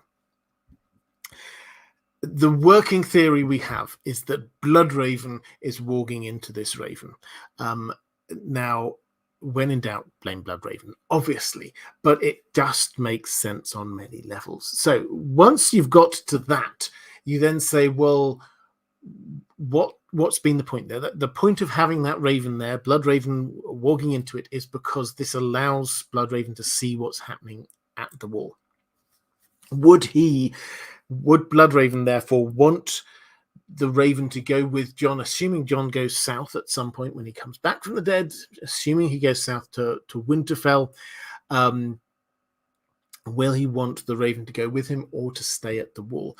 Well, my instinct is, if we're saying this is Bloodraven deciding, if Ghost is going with Jon, there's also strong evidence that Bloodraven has walked into Ghost in the past. So he probably is happy keeping a track of what's going on there through Ghost, and he will keep the raven at the wall. So that's my instinct on what will happen now. I think the raven will stay at the wall and stay a spy for Bloodraven. Okay, let's go to a question from who've we got? Cavercon saying, hello, a question about cold hands. You rely in previous videos on decay of textiles in analyzing his age. Does your analysis change if I point out that George R. R. Martin sucks at science, e.g. melting gold on a campfire? Okay, slight digression, but we can go this. So, yeah, I did a video a while ago on cold hands. That was another one which was joint with History of Westeros. The logic that there was a long chain of logic. I'm not going to go into all of it. Part of this is trying to work out how old this character must be. They are dressed in Night's Watch clothes. How long might this person have been there? And part of it was looking at, the fact that the clothes are still there and they've not fully decayed, which seems to imply that they it's not been hundreds of years. It's not been thousands of years that cold hands has been going around because wear and tear, basically. Now, George R. R. Martin sucking at science. Well, he's admitted. So the gold, the melting point of gold, actually, we talked about a couple of weeks ago, whenever it was, when we were looking at Viserys. Yes, he's held up his hands and said, I know that gold doesn't melt if you just put it into a cook pot. But hey, this is a magical world. Now, does this therefore mean that we should undermine any argument that cold hands is? And my argument was that he was a member of the Raven's Teeth, one of Bloodraven's lieutenants. Does that alter that? I don't think so. That was just one of a number of bits of evidence. So I would suggest that you go back to, if you're interested in what the rest of that evidence is, feel free to go back to that video. But basically, I think that the key one is that whoever this is clearly trusted completely by Bloodraven, is used as Bloodraven's sort of going out and doing stuff in the world. So he is treating him like he is a member of the team, and he clearly was a member of the Night's Watch. So when you add those things together, I think that Occam's razor is that this was one of the Raven's Teeth, perhaps one of the people who went ranging north with Bloodraven and didn't return. We don't know, but that seems the most logical answer. Okay, let's go to Mark Sheeser saying, I doubt Martin considered the wear and tear. Yeah, I mean, as I say, it's possible. It's not the only thing supporting that argument. Right, let's go back to questions from my patrons. So, King of Imps saying, heyo, Robert, heyo to you too. Just how expensive are Valyrian steel swords anyway? The Mormonts do not hold a particularly wealthy fief, and yet they have Longclaw. Did some Mormont ancestor bankrupt his house to get one? Did they take it in battle? Did they do some Valyrian lord a favour? It just seems odd that this relatively poor for nobility house has one of the most coveted weapons in all the lands. Thank you. Okay, absolutely fair question. So Valyrian steel swords are incredibly valuable. How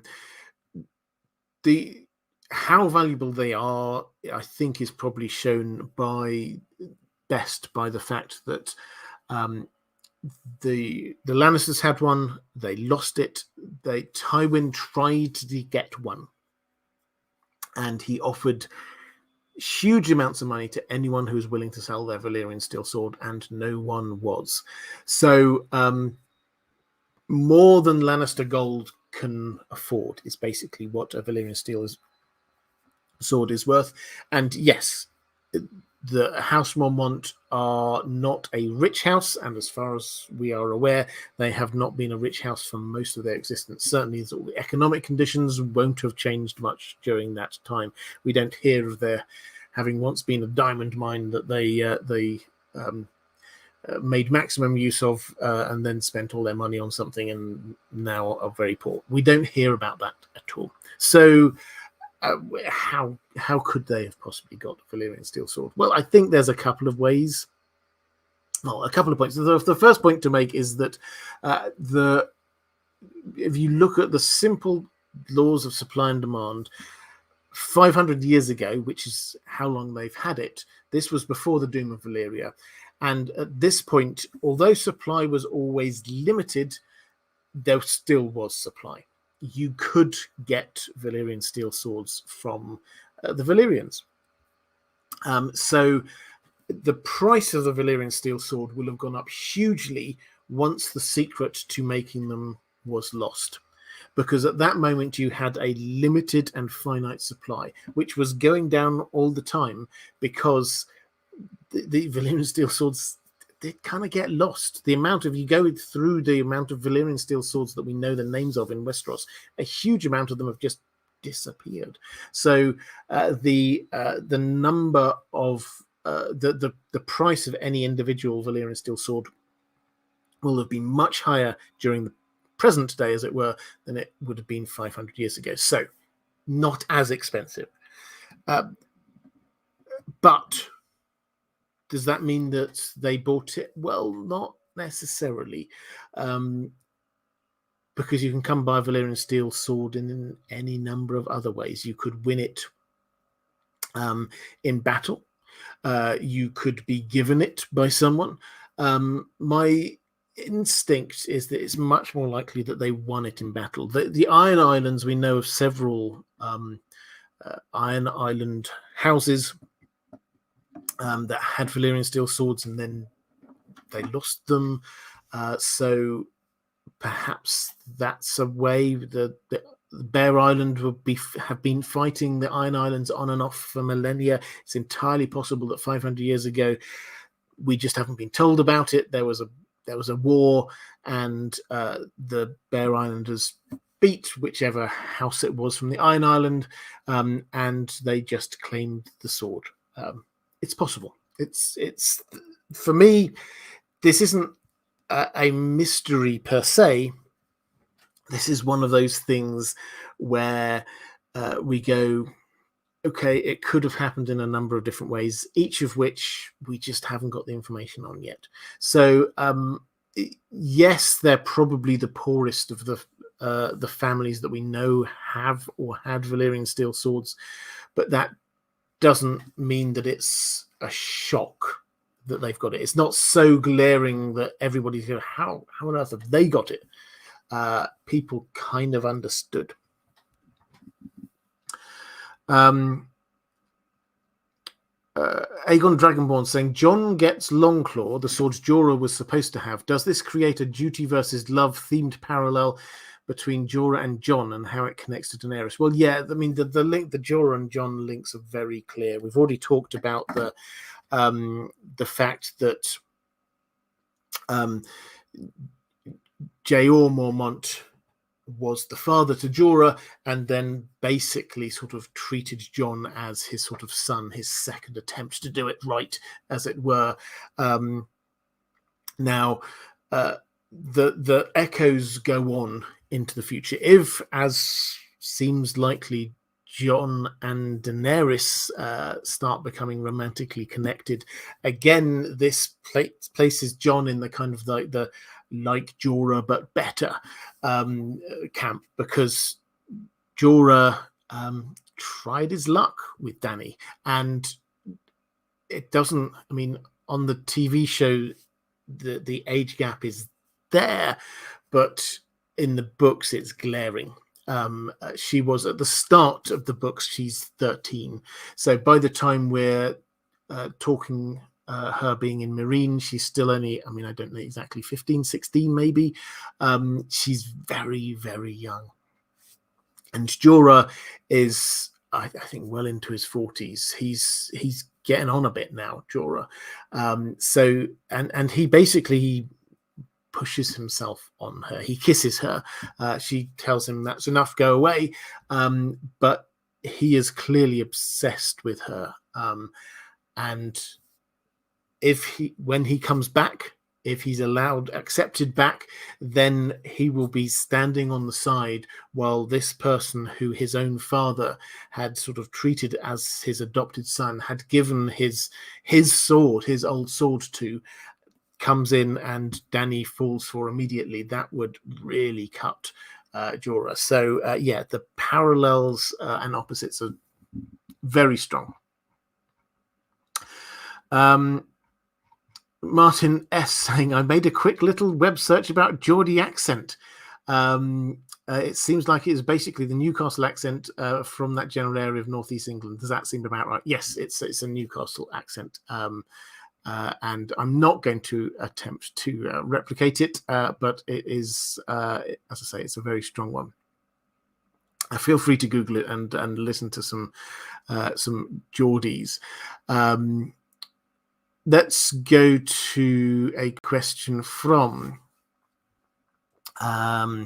See, I've answered quite a few of these questions already, actually. Maura Lee, just picking up, you said that you love Jor Mormont's description of Maege Mormont, that she is a hoary old snark, stubborn, short-tempered, and willful. And he sort of goes on from that by saying, but I still love her as my sister. It's noticeable that those two, they don't get on, Maege and Jor. But Jor clearly still cares about his family. He clearly still cares about his sister. That comes up in a conversation where Jon is basically, he's learned that Robb is going to war. His father's been imprisoned, the person he thinks of as his father has been imprisoned. He wants to go off and help. And Jor is there basically saying, yeah, this affects my family too. It's not just you. Yes, this is big on you and your family. It affects you. My sister's going to be going off to war too, probably with her daughters. Some of them may not come back. And then he gives this line. He basically says he doesn't like her, but she's still his sister and he loves her. And this is part of the trying to show Jon that he's not alone. Maester Aemon similarly has this kind of speech for him about the times that he was tempted to give up his vows. Jon often treats himself as being completely different to everybody else, and yet the people around him are so often trying to show the similarities between him and themselves. Let's reflective rambling saying, not attempting accents, waiting to get to the part in Dracula and the Well-Told Tale to see you attempt a Texan one. So I do light accents when I'm doing my narration. For those who don't know the Well-Told Tale, complete digression, the Well-Told Tale is my side project. It's another YouTube channel. I also run it as a podcast. It's basically me reading audiobooks, the best stories, fantasy and science fiction stories out there. At the moment on the podcast, it'll be coming. We're running a little bit late on the YouTube channel, but on the podcast, we're working our way through Dracula. And whereas a lot of the characters are decidedly English, which I can carry off with relative ease, some of them do not have English accents. One of them is a Texan gentleman, and another one comes from Transylvania. I've never claimed to be a trained actor in any way. I merely try and do. I suspect my American accent comes across as rather mid-Atlantic, which I'm okay with. I'm letting the story be the star, not me.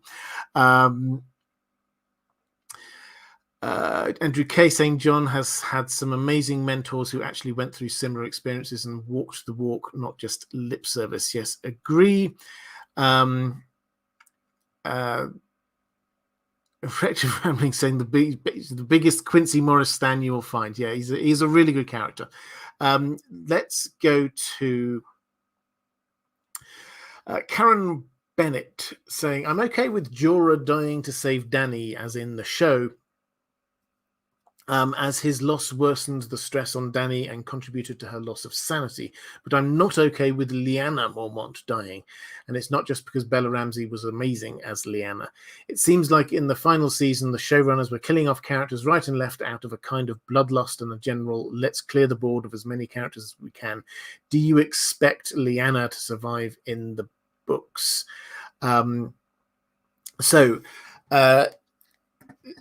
Yeah, I try and resist taking too many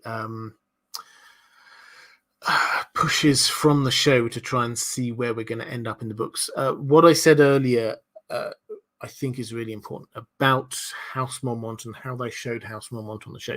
House Mormont on the show, Jor was clearly a strong character, Jorah was clearly a strong character, and then the third was Lyanna.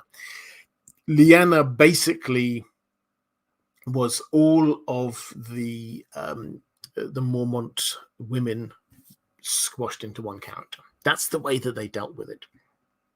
Which means that after she had a very strong start in the show in, I don't know when it was, season 6, maybe 7, they clearly recognized how good a performance it was and how strong they made this character, and therefore upped the involvement through particularly into season 7 and 8. So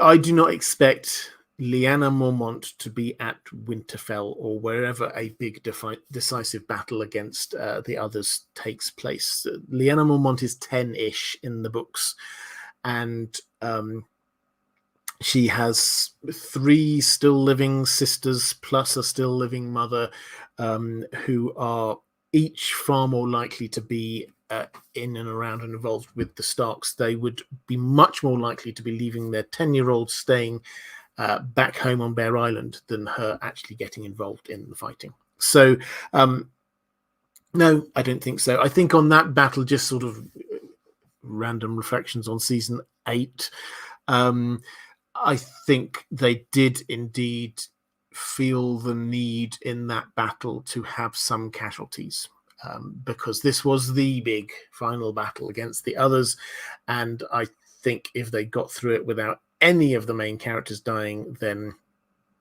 it wouldn't have felt like the stakes were there. But they had a problem that quite a few of the characters they had were going to be needed for the second half of season 8. So yeah, there was an element there, I think, of who can we kill off. And as Lyanna was not, I mean, I don't think book Lyanna will be there, then I think that was an easy get. Certainly some of the Mormonts may well die in whatever equivalent battle we get. Mike Hanna saying DJ John on Britain's Got Talent has got the best Geordie accent. I don't really know DJ John, but I'm glad people are embracing the Geordie accent. It's a lovely accent. Don't get me. It can be very strong, particularly the sort of the Northumberland accent around. I do love accents, particularly in England. For those who perhaps don't know, that accents in England, in particular, well, the British Isles, can be very regionalised. You can have a very different accent, literally 10 miles down the road, but the Geordie accent can have a kind of a lyrical sing-song kind of element to it, which I do like.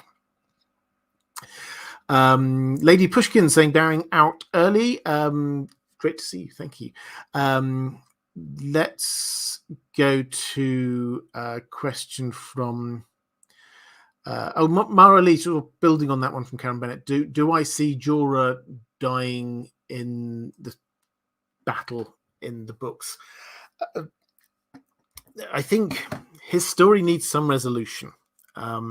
Now, what that resolution is going to be, I think he's one of those characters. He's not one of the core characters in this story that has to survive to the very end. When George R. R. Martin's, he does say, all of his talk about being a Gardner writer, he does recognize the fact that the final bits of the story he has had in his mind for a very long time. So he's working towards that. And the final bits of the story inevitably are with characters like Jon, Daenerys, Arya, Tyrion, Bran. Those are the characters we know they're going to be surviving to the very end, and a few others, not just them, obviously. But the sort of the middle ranking characters like Jorah, they don't have to survive to the end. So his story, however, does need, I think, to reach some kind of conclusion. And where does it need to reach some kind of conclusion? It needs to come back to his original sin in some way. That this the slavery thing and the break with his family. So that has to reach some kind of resolution.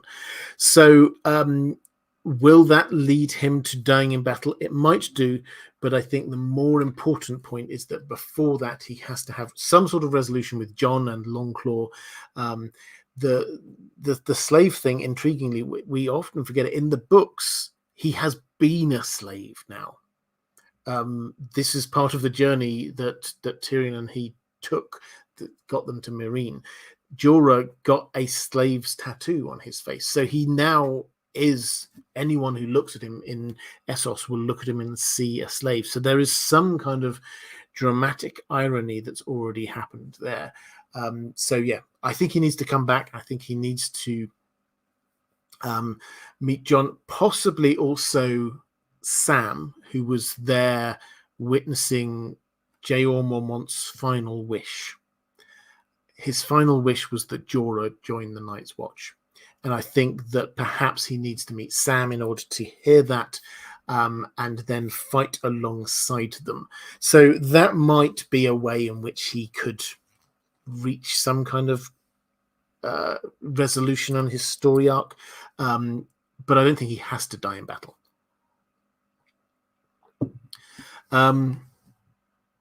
Let's go to a question from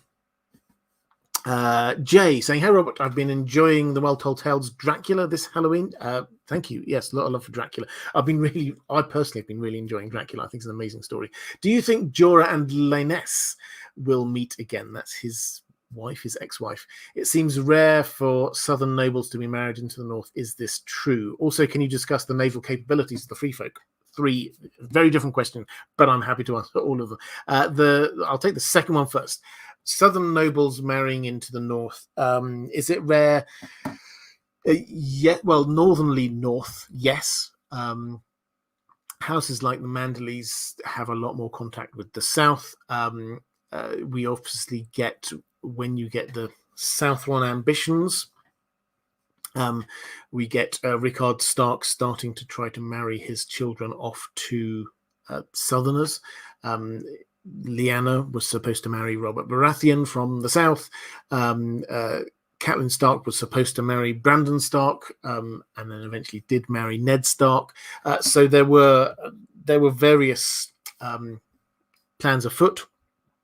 But generally speaking, if you go back through the sort of the histories, yeah, you don't get many southern ladies coming up to the north. Will Jorah and Lyanna meet again? Well, this is intriguing because we get the route that Dany's fleet should, or probably have to take if they're going to go from Slavers Bay, from Meereen, across towards Westeros. It has to take them past several places. Now, this route, and this, I always have to come back to this fact that there's a lot of story that has to happen. George R. R. Martin is not just going to sort of like have this kind of like snap jump from, and the fleet set off from Meereen and bang, they've now arrived, however many months later in Dragonstone or wherever. That's not how it's going to happen. The journey will take time, and they will be stopping off at various places en route. One of those places will be Volantis, who are sending a fleet to come and attack Meereen. And that is also where the massive Temple to Valor is, and they are coming out fully in support of Dany, so they will stop off there. Then next around the coast is Lys. Now, Lys is interesting because that is where Lyness Hightower, Jorah's ex, went. And if he's with Team Dany at the time, then yeah, he could do. He could meet up. So will he? I mean, we can't say yes, but I hope so. I hope he does. I hope he gets a chance to, in the second half of his story, to slowly reach some kind of resolution with each of these elements of his past. I've already talked about the Longclaw and Jon and the Night's Watch, the slavery thing as well. But this ex-wife scarred him, mentally scarred him. So I hope that he gets some kind of resolution there. Dany will certainly be aware of it. Yeah, I think there's a good chance. Let's go to a question from Ty Farnsworth saying, "Hey Robert, can you discuss the nature of Jorah's slavery crimes? The show paints his motivations in a sympathetic light, but I know the books are more blunt about the severity, and you yourself used the term slavery ring in a recent live stream." Well, I can't remember using that term, but I'm sure you're right. Basically, I outlined it a bit earlier, but I think it's worth emphasizing.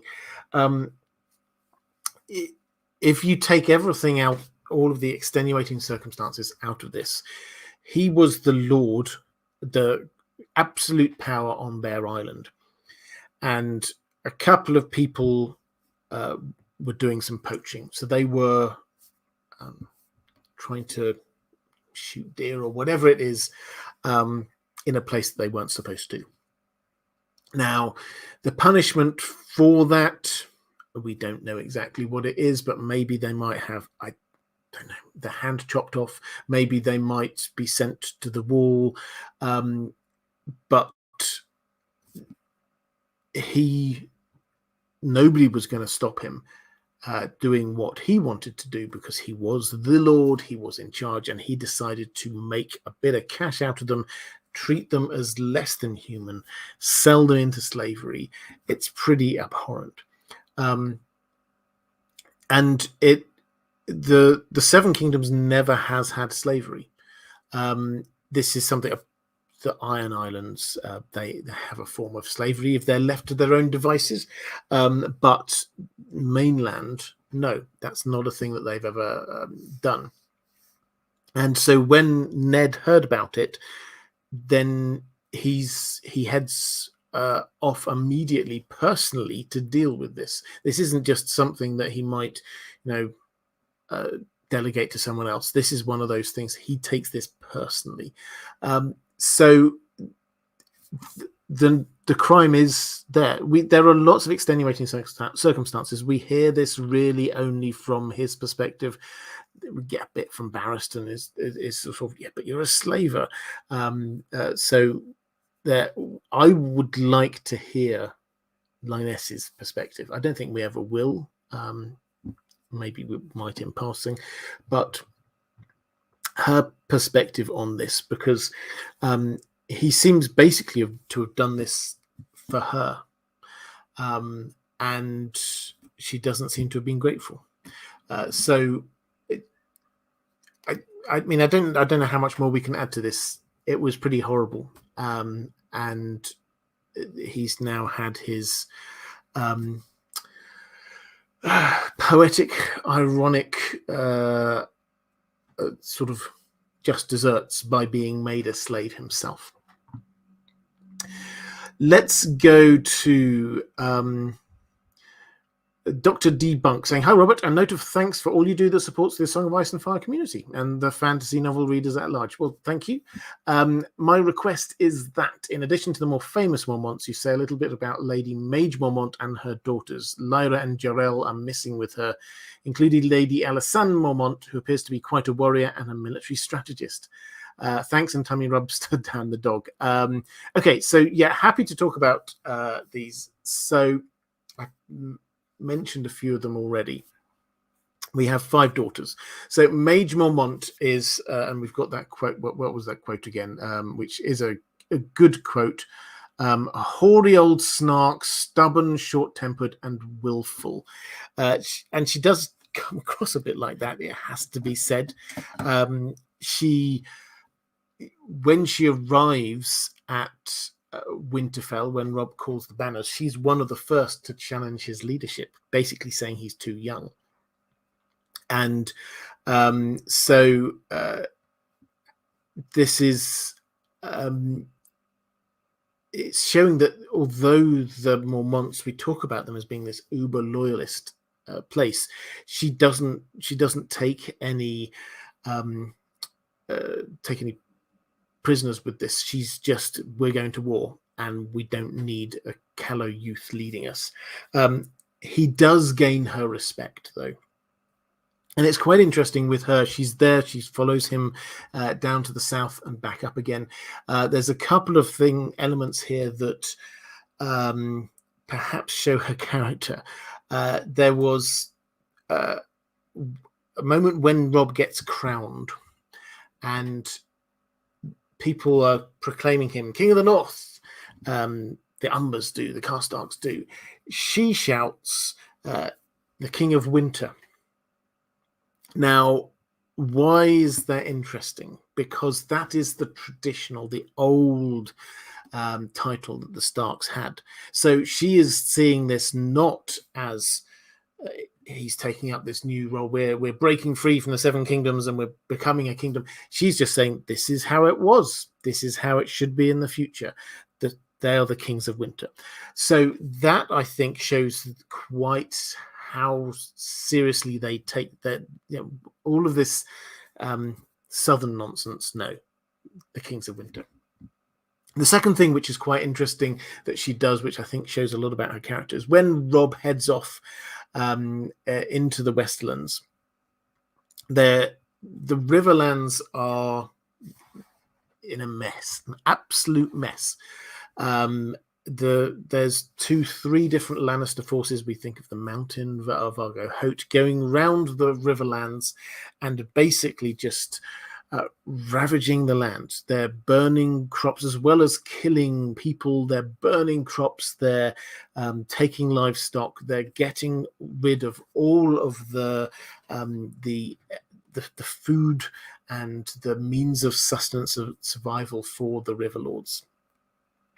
Maege Mormont, when they fight and win a battle, she finds a herd of cattle and says, right, guys, I'll be back in a bit. I'm just going to take these back to the Riverlands. And then she drives these cattle. We don't hear what happens. We don't hear whether they get there in the end. She clearly survives. But she then drives this herd of cattle towards the Westland, which shows that she's not just this kind of like brusque a woman who doesn't care.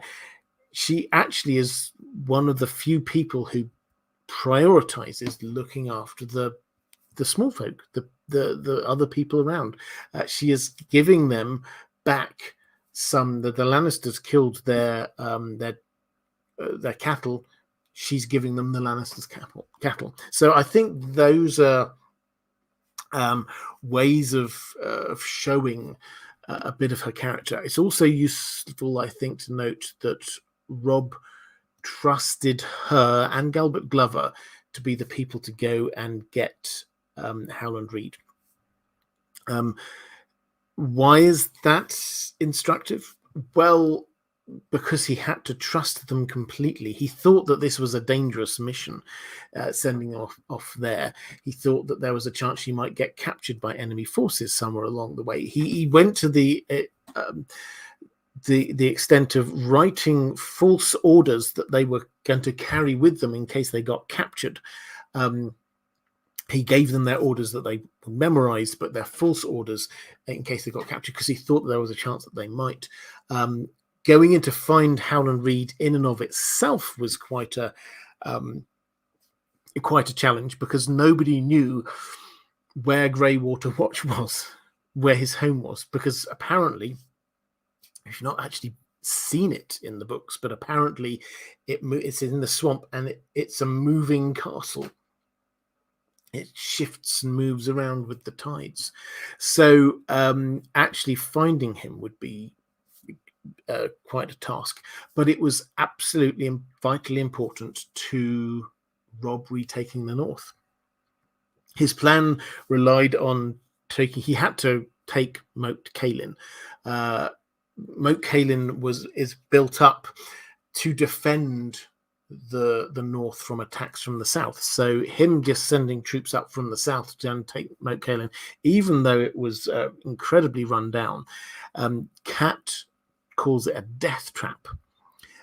Everybody refers, this is the point, this is the chokehold point stopping anyone getting into the north. And his plan for taking it relied completely on Howland Reed. They had to find Howland Reed. If they didn't, they were just throwing their forces against a fortress which would be able to be defended with only a small number of people. He trusted her absolutely.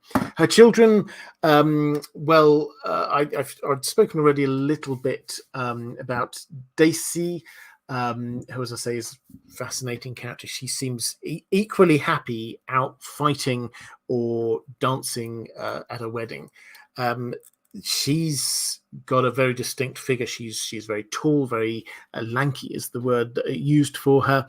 But Alyson is a lot more, and this isn't the word George R. R. Martin used, I'm sure he has a better word for it, a lot more chunky, a lot squatter. She's very much a character who is fighting focused, but also she clearly is a thinking person. How do we take Deepwood Motte? How does Stannis Baratheon fit into all of this? She is a person of action. She could have just stayed on Bear Island. Clearly that was the idea, but she decided to personally go off and get engaged in what was going on, leaving her 10-year-old sister Lyanna there on Bear Island. So she's clearly quite a proactive person. I think she's got and she forms quite interesting. She forms quite a strong bond with Asher. They even go, yes, she's there looking after. Basically, Asher is her prisoner, and she's keeping an eye on her. But she kind of defends her when people are deciding they're trying to kill her, and she even goes fishing. And there's a lake, an icy lake, just near where Stannis' forces are camped. Well, a couple of icy lakes. They go fishing there. They don't catch anything, but they seem to spend time with each other and actually kind of grow a weird relationship of sorts. So she's fun. All of these characters are really quite fun. We don't know so much. Lyra and Jarell, like these are the third and fourth oldest sisters. Other than the fact that they are with Maege Mormont, so it wasn't just these two people going off. There was a small group of them. They have gone with Maege Mormont. We don't know huge amounts about them. And Lyanna, we've never met. We just have this letter that she wrote, which is fantastic. Right, let's have just a quick flick through, see whether I had any more. No, I think I'm caught up on questions in the chat. So let's go to a question from Commander Ray saying, yes, the Mormonts are the most loyal of all houses. I wanted to ask about Old Bear Jor and how much Jorah's crime wounded him, leading him to basically adopt Jon, and what led him to take the Black. So we've sort of said in passing a couple of times about how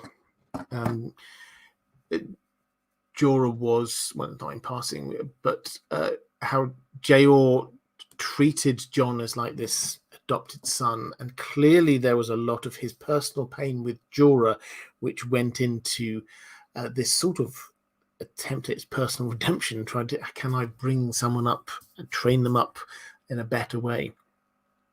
The single fact which I think shows, other than that shows the depth of pain that Geer had. There's two. The one we've already mentioned, that his dying wish was about Jorah. He knew he was dying. He knew he was that was it. And the last thing he wanted to say to Sam, a person who we thought might just have a chance of getting out, is about Jorah. That was when on his, it wasn't even deathbed, but when he was lying there dying, that was where his thoughts were, where his regrets were. And he wanted his son to regain some honor. That seems to have been the motivation for coming to the Night's Watch, that perhaps then he could serve and make up a bit for what happened. But the other thing which is very noticeable is that when Jorah, he left Longclaw, the Valyrian steel sword, the family sword that's been in the family for 500 years. Jor had it. He handed it on to Jorah. Jorah, in guilt, left it. Maege sent it up to the wall to Jor. And what does Jor do? He hides it.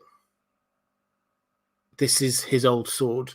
This is his family's sword. The pride of his family is residing in some ways in that sword. But he can't even bear to look at it because it reminds him of Jorah. He has to find it when he decides he wants to give it to Jon. He has to actively go and try and find, where did I put this? He pushed it so far out of mind. He could not have it in his presence because it made him so sad. So that's how deep it went for him, that he just,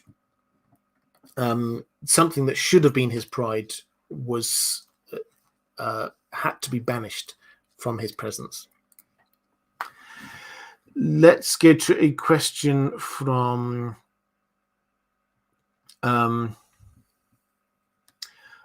Corvus.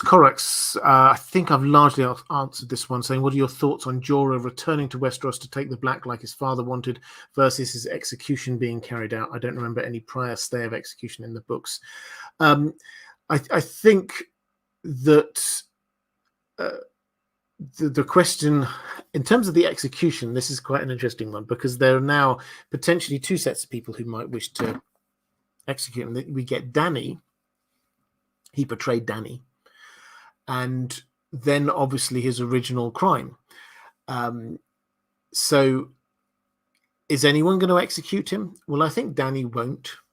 I think there's a possibility that she might do sort of the classic trick of saying, yes, you're convicted to death, but I'm not doing it yet. So he hangs around with this shame hanging over him, but also as a bit of a badge of honor. So I think him ending up in this kind of like hazy land somewhere, not quite back in her best graces, but still not banished. I think that's very likely for him. When it comes to the North, the question is, who would execute him? The person who theoretically should be executing him would be the Lord of Winterfell. Ned Stark headed off to do it, didn't get the chance. So whoever has taken over, that could be Jon by that point. If it is Jon, he's likely to find him at the same point at which he meets Dany, and Dany may well ask for a stay of execution for him as well. So I think his fate is in Dany's hands, and I think that she will be merciful. Let's go to Mark Sheesa saying, my headcanon now is that Maege sent the sword to Jor only after Daisy declined it because of her using a Morning Star. Yeah, I mean, that's my it's my headcanon as well. I think that Maege thought, well, I'm not going to use it, and it's not going to be used by the next generation. Let's give it to the person who last had it, and it'll come back to the family at some point. I think that's probably where we're at. Lady Pushkins saying, "Hi Robert, when Daenerys promises Jorah a sword greater than any other, do you think this is a bit of an empty promise, as she had made gestures to her other blood riders, or that she believes that she'll be able to forge Valyrian steel with one of her dragons, or something else?" Right. So this is right at the end of book 1. That after Drogo's death, the Khalasar disappears, but a small number stay with Dany, and there are 2-3 that she makes her blood riders plus Jorah. Now these she gives basically swords to the Dothraki. And to Jorah, she says this is the quote: "Sir Jor Mormont," she said, "first and greatest of my knights, I have no bride gift to give you, but I swear to you, one day you shall have from my hands a longsword like none the world has ever seen, dragon forged and made of Valyrian steel." So does she have a specific sword in mind at this point? I think the short answer is probably no. I don't think... she doesn't have one. She doesn't have access to any. When you go through the list of the various Valyrian steel swords that we know of, most of them aren't longswords. That you could possibly make a case that Dark Sister is, but Dark Sister disappeared. Dark Sister's not been seen for a very long time. It went north of the Wolds. Blood Raven disappeared. So I don't think she's thinking of a specific sword to give him. I also don't think that she's thinking of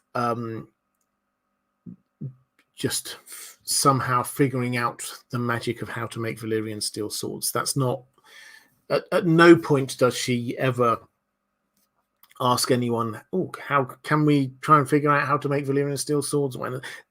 I don't think that's what's on her mind. So I think this is simply her making a promise for the future. At some point, her thinking is, we will defeat somebody who has a Valyrian steel sword and I will give it to you. And I know you like a long sword, so that's the sword I'm going to give you. So I think this is just a generic thing. It's the kind of thing I think we can overinterpret. That doesn't mean that the fulfillment of this will not have some meaning. It may well do. But I think that when it was said, it wasn't said with a specific meaning. It was said with I think you deserve a really, really good sword. Because basically she then made him the head of her Kingsguard, which she was sort of forming at the time. So she thinks that he should have a great sword.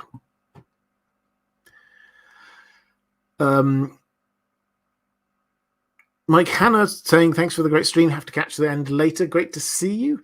Martin S saying, "You said a Valyrian steel sword at a Song of Ice and Fire time would cost more than the Lannister gold could buy, or something like it.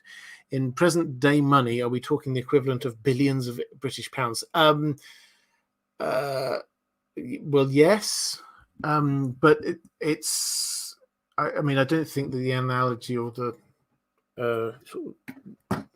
it works particularly well trying to say how much is it in our world, how much would it cost. But because in our world, then the money, although it may not always seem it, in the Western world at least, the money is a lot more equally spread than it was back then. Back then, the Lannisters had massive amounts of gold. The small folk had literally zero. So the billions, yes, if we're trying to sort of conceptualize in our minds what that might mean, but also perhaps more than billions, because there are plenty of billionaires in the world right now who can buy all sorts of things. The difference is, one of many differences, that this is something that is just limited. There can never be any more.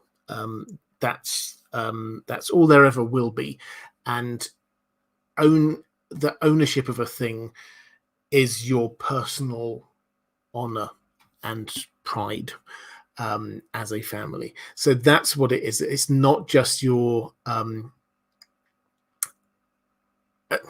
actually, I'll phrase this a slightly different way. I don't think there is a market price for a Valyrian steel sword. That's probably the way to put it.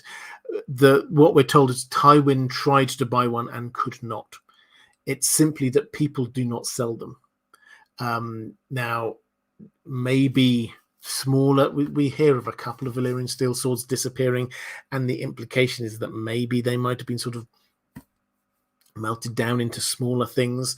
But so perhaps for them, there might be, the Maesters had Valyrian steel links for learning about the higher mysteries magic, basically. So there is Valyrian steel out there, but actually as a sword, no.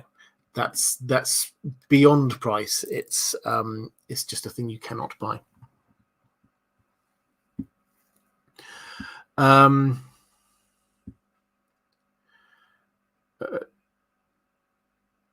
Simon Dan saying, just finished the Song of Ice and Fire and almost done with Fire and Blood. Recommendations on where to go next? Well, if you've not read Dunk and Egg, do. They're a very short and easy read.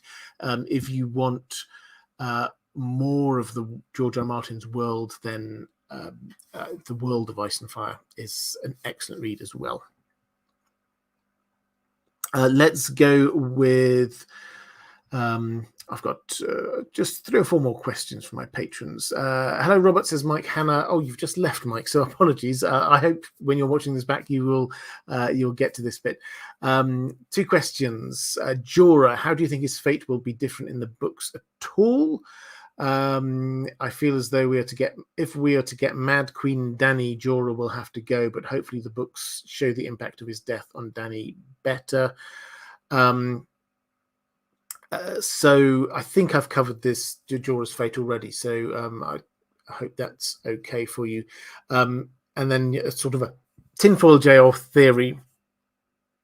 Is it likely that Jor was made aware of Jon by Ned and was sent to the Wall in order to pave the way for Jon, or is it more likely Bloodraven's manipulations? So the timing here is the important bit.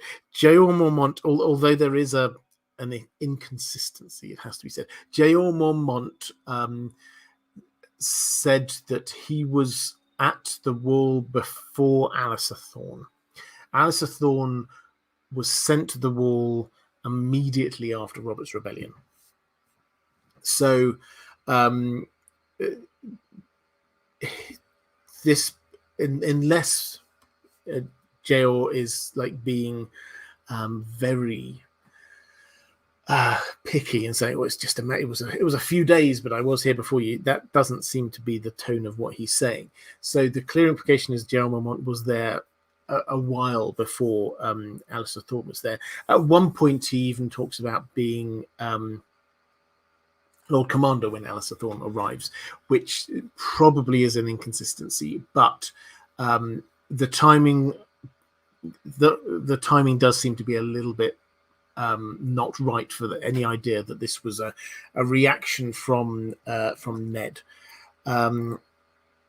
Added to which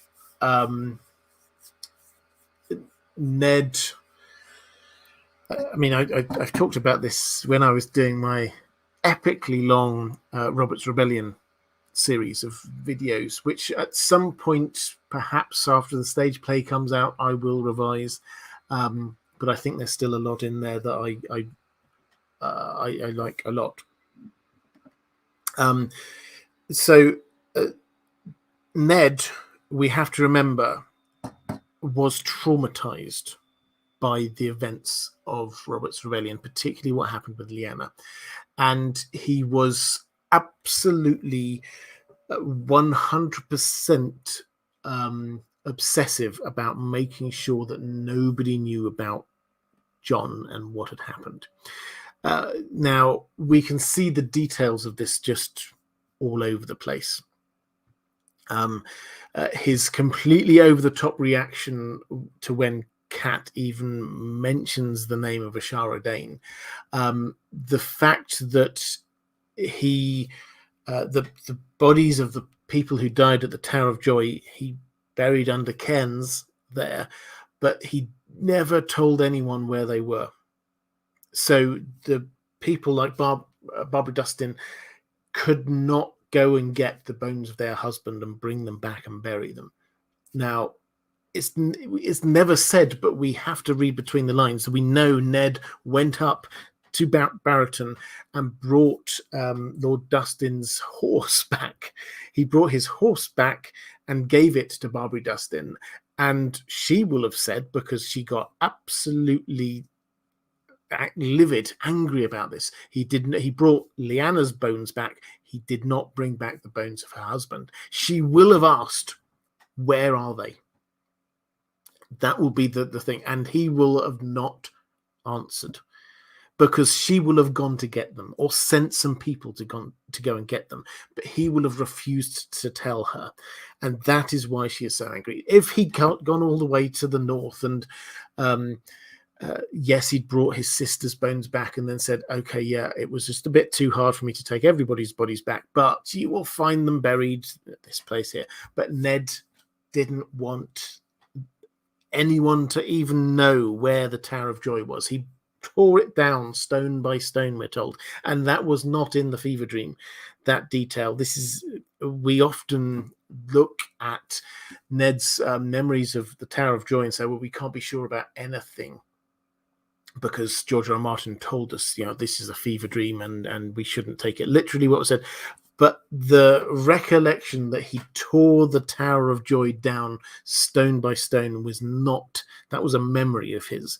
That was not part of the fever dream. So he is absolutely obsessed by people not knowing anything about it. Nobody knows anything about Jon. Nobody knows anything about the Danes. Nobody knows anything about the Tower of Joy. So I can't see him widening his circle of trust, even if he knew that Jor Mormont was a good person, widening his circle of trust to Jor Mormont to say, hey, could you go up to the wall just in case in a few years' time I want to send Jon up there? So I don't think so. I think so. It's a fun theory, but I don't think it is the case. Matthew, but as you say, it's tinfoil. Matthew Kingsland, thanks so much for everything you do. Your videos are always the highlight of my day. Hope you and yours are doing well. Oh, thank you very much. That's your first super chat as well. I appreciate that. Thank you. And every blessing back to you as well, Matthew. Let's go to a question from Michelle Raimo, another Maege Mormont question. Do you think she's made it to Grey Water Watch and Howland Reed with Rob's will, and that she possibly now holds the truth about Jon, possibly to tell the rest of the North on Howland's behalf? So this is really interesting. So has she made it to Howland Reed? Well, quite possibly. And what's interesting that you pulled out the most intriguing part about this. Howland Reed is one of the only people, or possibly, I've not even thought about this, maybe the only person left, Ashara Dane, if she's still alive, will also be there, who knows Jon's parentage. Now, if Maege Mormont and Galbert Glover arrive there and they're chatting away, they don't have the actual will, the actual piece of paper, but they were witnesses. They will know that Rob wanted to be Rob wanted Jon to be his heir. Now,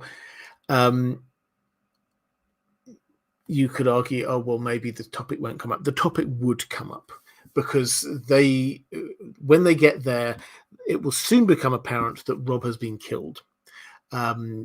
And the question, the Boltons are taking over, and the question is, who are we then going to be supporting? We're Stark loyalists. Howland Reed will be a Stark loyalist, as well as the others. And who are we going to support? and they will say, well, we know who we have to support. It's Jon Snow, because Robb legitimized him. He is now a Stark. We don't know enough about Howland Reed to know, because we've never actually met him, to know how he would respond to that. But it's possible that he would just go, okay, let's go with it. We'll get Jon back into play. Yeah, it's an interesting one. Also, Ned's bones, there's every chance. Another video I've got in the works is what happened to Ned's bones. That was sent. Kat sent them up. They were at River Run, and she sent them north, but they haven't reached the north. The clear implication is that they've got as far as the neck. So there's every chance that they and the team that were going up with them are also there with Howland Reed. So we've got a little group. They have a little Ned Stark loyalist party going on in the neck, and they will be hatching some plans as well. Let's get to some questions in the chat. Chaos Ballerina, tinfoil time. Okay. Jor's Raven wasn't warged by Blood Raven, but has a former skin changer living in it.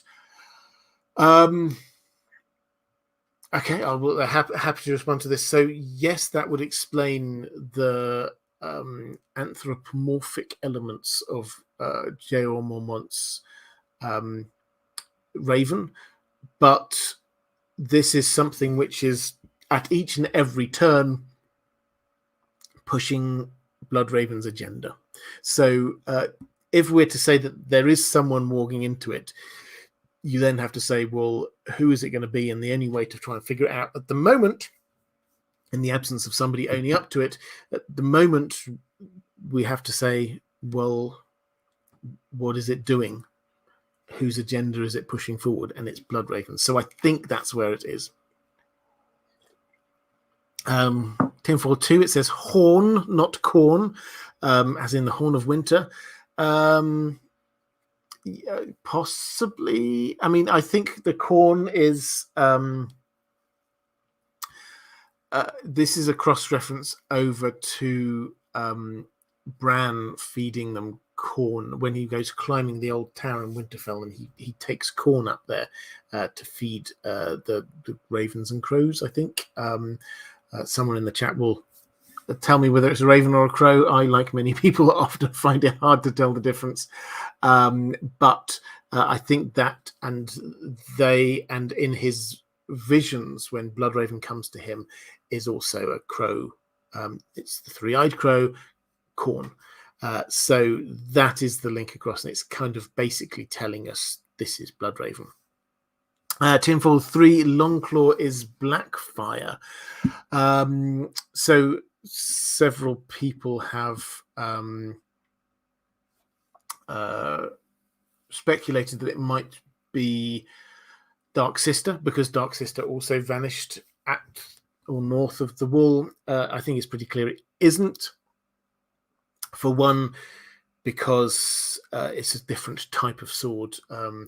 Longclaw is a bastard sword, hand and a half sword, so big Jon has to sort of sling it onto his back rather than a shorter sword, which Dark Sister is.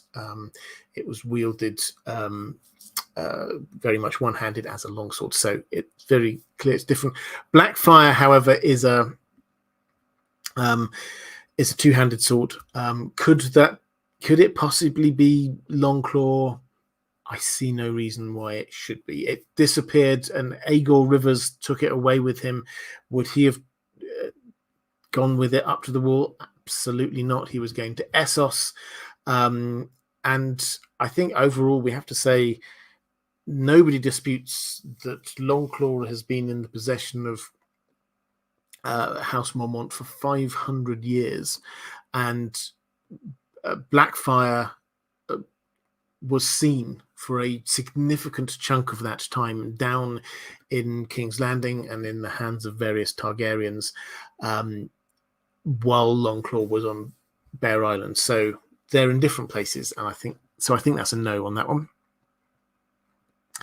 Reflective Rambling, picking up a question from Anders Graham, thank you, saying, how many bears could a Bear Islander bear to bear hug if a bear could bear a bear hug? 2. The James T. Kirk, who is the Lord of Bear Island during the Dance of the Dragons? Is it known?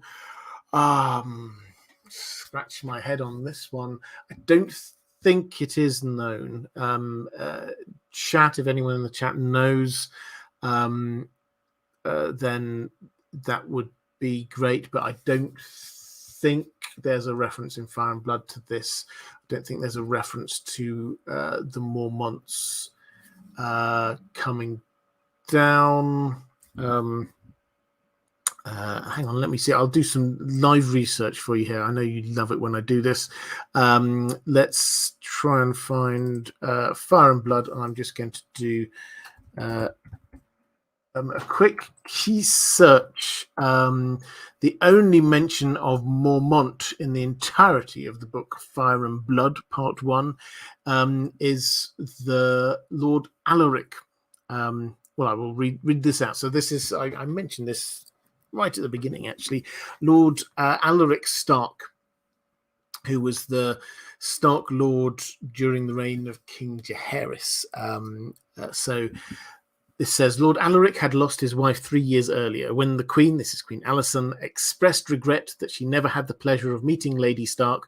The Northmen said she was a Mormont of Bear Isle and no lady by your lights, but she took an axe to a pack of wolves when she was 12, killed 2 of them, and sewed a cloak from their skins. She gave me 2 strong sons as well, and a daughter as sweet to look upon as any of your Southron ladies. So that's the only mention of Mormont in Fire and Blood. So I think the answer is no. We do not know about the Dance of the Dragons, which obviously happened a little while later. Andrew K saying, don't mess with the Barrow folk and they're dead. They will never forget the slight. Absolutely. This is a Barbary Dustin thing. Martin S. If Syrio Forel had a Valyrian steel sword instead of a wooden one, do you think he would have killed Meryn Trant?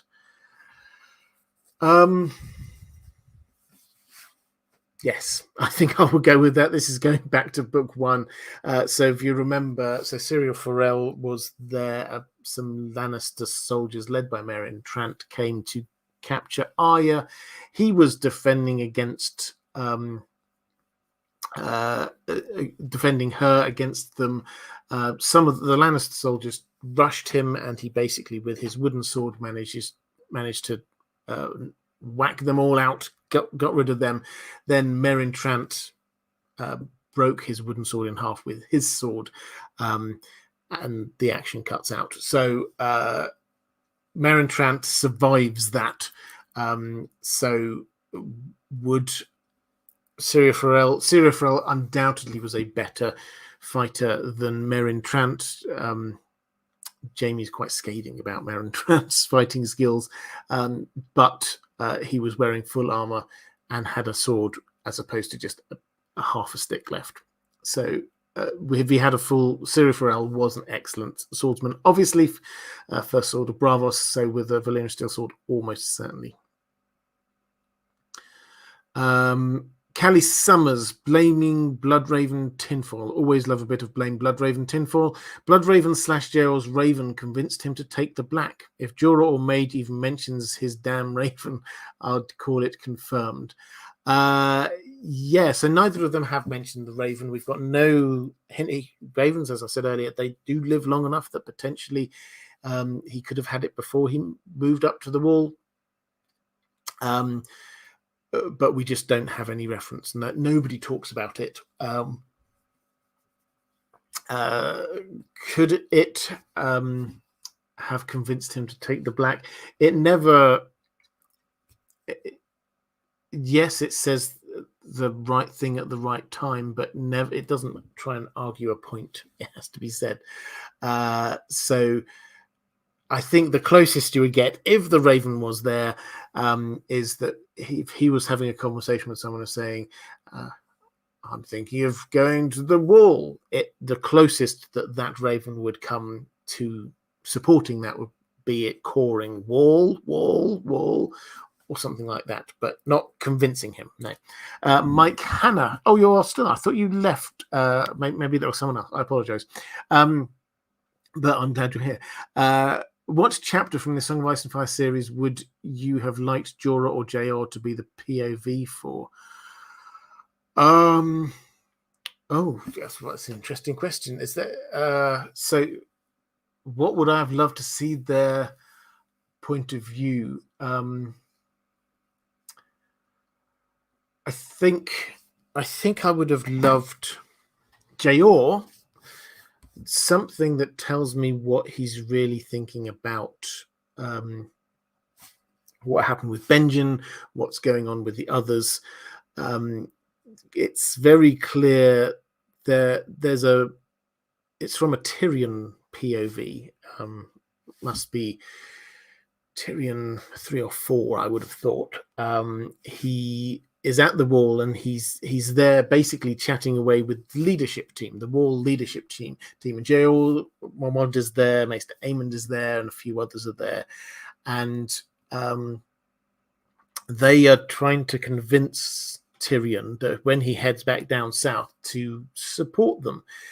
And they don't have the same kind of like clarity that they obviously later do. The dead are walking, they're coming to get us. But there is a noticeable in Jor and also Maester Aemon, there's a noticeable, there's something stirring out there kind of feel to it. And this is where Tyrion's really, he comes out with all his sarcastic comments, but we see from his point of view, the fact that there was something about, these are serious men. Jor Mormont is not a fool. He knows what he's talking about, and he's clearly concerned about something. So Tyrion goes, "Okay, I'll take note of that." It would be fascinating for something around that time to just get inside his mind and see what he suspects, what he thinks, what he's seen. That I think would be absolutely fascinating. With Jorah, I think I'd have loved. There's a question when Dany is dismissing him, when she finds out that he betrayed her and she casts him out. She clearly has this question. How long were you doing this for? When did you shift? Because his argument was, I did do that to start with, but then I got to know you, and then I was loyal. And her question is, when did that shift? And this sort of turns into, well, when did you last send a letter with all the intelligence back to Varys? And he says, well, I did send one in Karth. And it's like, in Karth? That's just the last place I was at. So that is something I would love from his perspective to see when it was that he shifted his allegiance. Was it as early as he says? He certainly saw something in her and sided with her very early on against Viserys, who was, in his mind, he was the king. So that was a really big shift. But if he did carry on, then what was he hedging his bets? That I think I would find that fascinating. Interesting question, though. Thank you for that.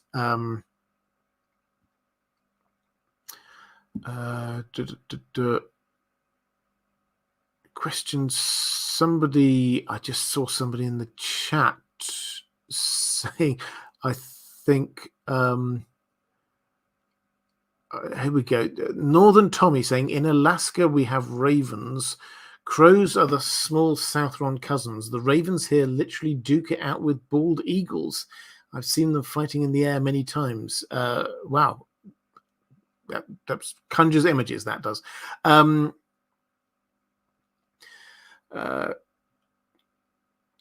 Let's go to, I think I had another question. Yeah, let's go to let's go back to patrons' questions. I've got 2 more questions from my patrons. Michelle Ramos saying this is about Longclaw. If Jorah returns to Westeros, do you foresee Jon giving Longclaw back to Jorah and House Mormont? Jon is one of the more honourable of the people in the story. I could see him doing it, even though he'd be giving up Valyrian steel. Yeah, I can see him doing it too, or at least offering it. But I think Jon will have a Valyrian steel sword at some point in this. I think he'll keep hold of Longclaw, but if he did give it up, I think he would get another one. And actually, this is connected. Question. Apologies. I didn't note down who this was from. So if this was your question, apologies for that. Saying, hi, Robert. How long do you think Jor Mormont suspected and knew about the others? This is obviously connected to what I was talking about just one moment ago.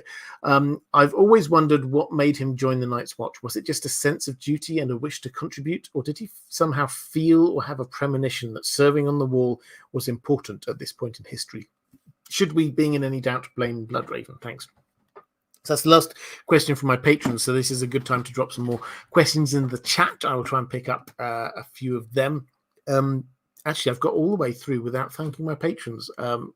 Sorry, patrons, thank you. I always try to thank you every live stream, and I always mean it. If you do want to support this channel, the best way to do that is through Patreon. There is a link, if you're watching back later, down in the description. If you're watching live, I'm sure wherever your live chat is, one of the moderators will have dropped a link in there. Anyway, last question from my patrons, but I will pick up some more in the chat in just one moment. So the first... did he suspect or know about the others? Now, and is this part of the reason why he went to the Night's Watch? Did he have a feel or a premonition? We don't have anything on any of this, is the short answer. I like this idea. I do like this idea, but I can't find any evidence to support it. I'm afraid. The House Mormont appear, other than the women claiming to be able to skin change, that they don't appear to be very magical. We don't see Maege Mormont doing magic. Jor Mormont, he seems very accepting that magic is real, but he doesn't ever really talk about, the magic of my homeland or anything like that. Similarly, Jor seems very awake and open to the possibility of the others and the like, but he doesn't look for sort of magical solutions to things. So they don't come across as a particularly magical family. That said, Jor Mormont, we've said it several times, House Mormont is probably the most connected out of all of the big-ish families, houses with north of the wall, even more so than House Umber. If you look at the map I had at the beginning of the stream, the last half, House Umber's residence, is still a long way south of the wall. And the wildlings, when they come south of the wall, rarely make it anywhere near that far. They go raiding in the gift, or maybe even the new gift. The last half is south of that. So they don't have huge amounts of interaction with the north of the wall. Bear Island, they do. They if they get in their boats and they head north, then the next stop is north of the wall. That part of the sea freezes over really quite regularly, and you can, I don't know whether you can ever literally walk from there to north of the wall, but it's certainly that's the kind of how close it feels. It is a long way away, but it's the next stop. It's where you're going. And as a result of that, with wildling raids that they've been thinking about, Bear Island will believe stuff in the north of the wall more than any other house will. And I think that this goes to show how open Jor Mormont is to this idea of the others. He has not got everybody else. Largely has been not everybody at the wall, but quite a lot of people at the wall, and almost everybody else who's not at the wall has just got this idea now that the wall is there about to keep the wildlings out. The others are just a legend. Jor Mormont seems very happy and open to the idea of the return of the others. And this has to come, I think, from his upbringing on Bear Island. Now, having said that, do we then take the next leap to say, well, if Bloodraven's plan is to try and get the wall prepared, then it would be in his best interests to get someone like Jor Mormont to the wall and then make them Lord Commander. Undoubtedly, that's true. Just because that would fit with Bloodraven's plans does not mean that he necessarily has to be responsible. I think I'm more open to the idea that he might have perhaps played a part in the election of Jor Mormont than in Jor Mormont deciding to head to the wall. We've got a reason for him deciding to head to the wall. It may not be a reason which convinces us 100%, but we have literally zero extra information on it. So I think that we just have to go with that. We do, however, see that Bloodraven has got history in meddling with elections to become Lord Commander of the Night's Watch. He does that with Jon. He's meddling. And if Jor went up as a normal member of the Night's Watch, and then at some point later, it would appear reasonably soon, not too many years later, he became Lord Commander. So we don't know. We have no evidence to say it, other than precedent that Bloodraven does try to influence those elections. Okay, those are my questions for my patrons. Let's go to some questions in the chat.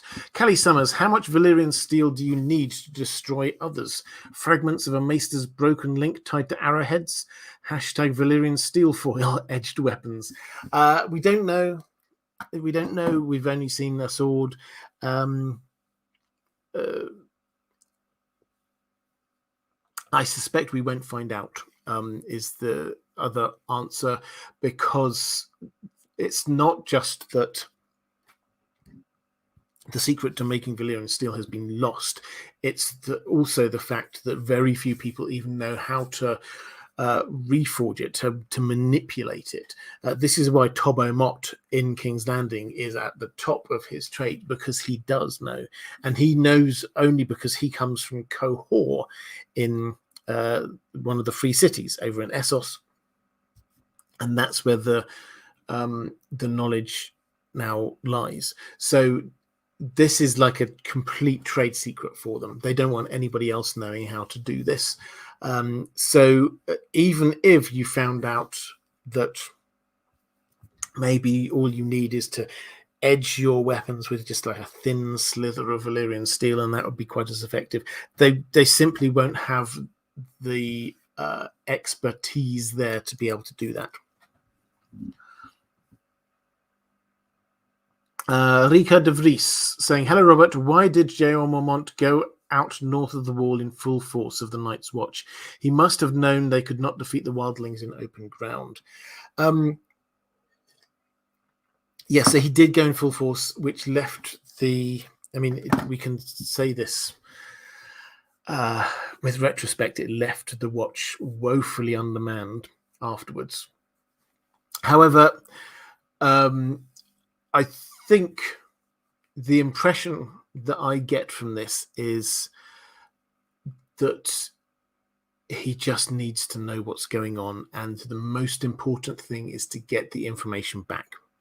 That seems to be what's in his mind. He's been sat at the wall. We've talked about it already. He seems to, even by the time Jon and Tyrion arrive up at the wall, he seems already to be kind of muttering there's something going on.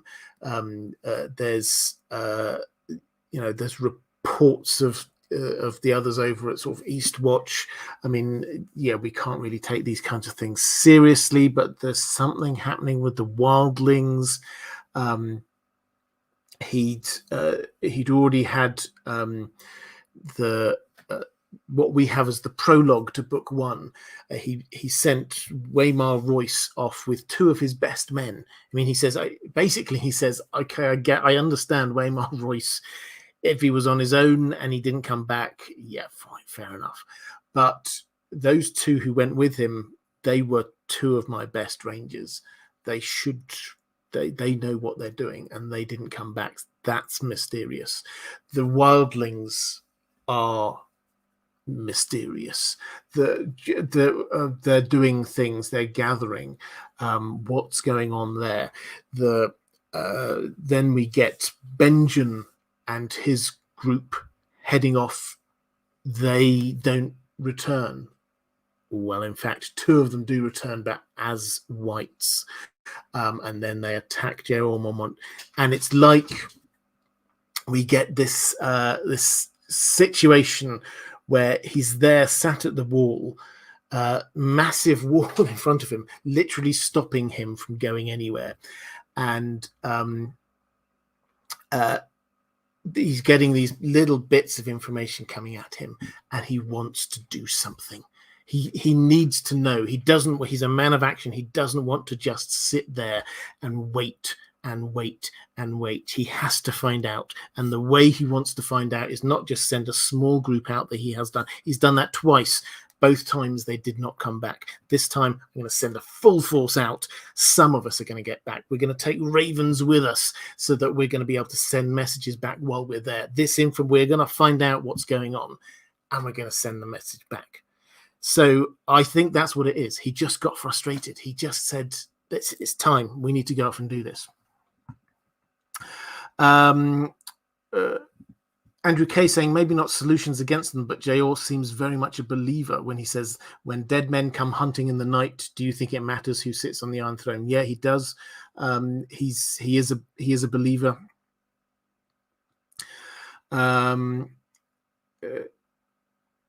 Flicking through,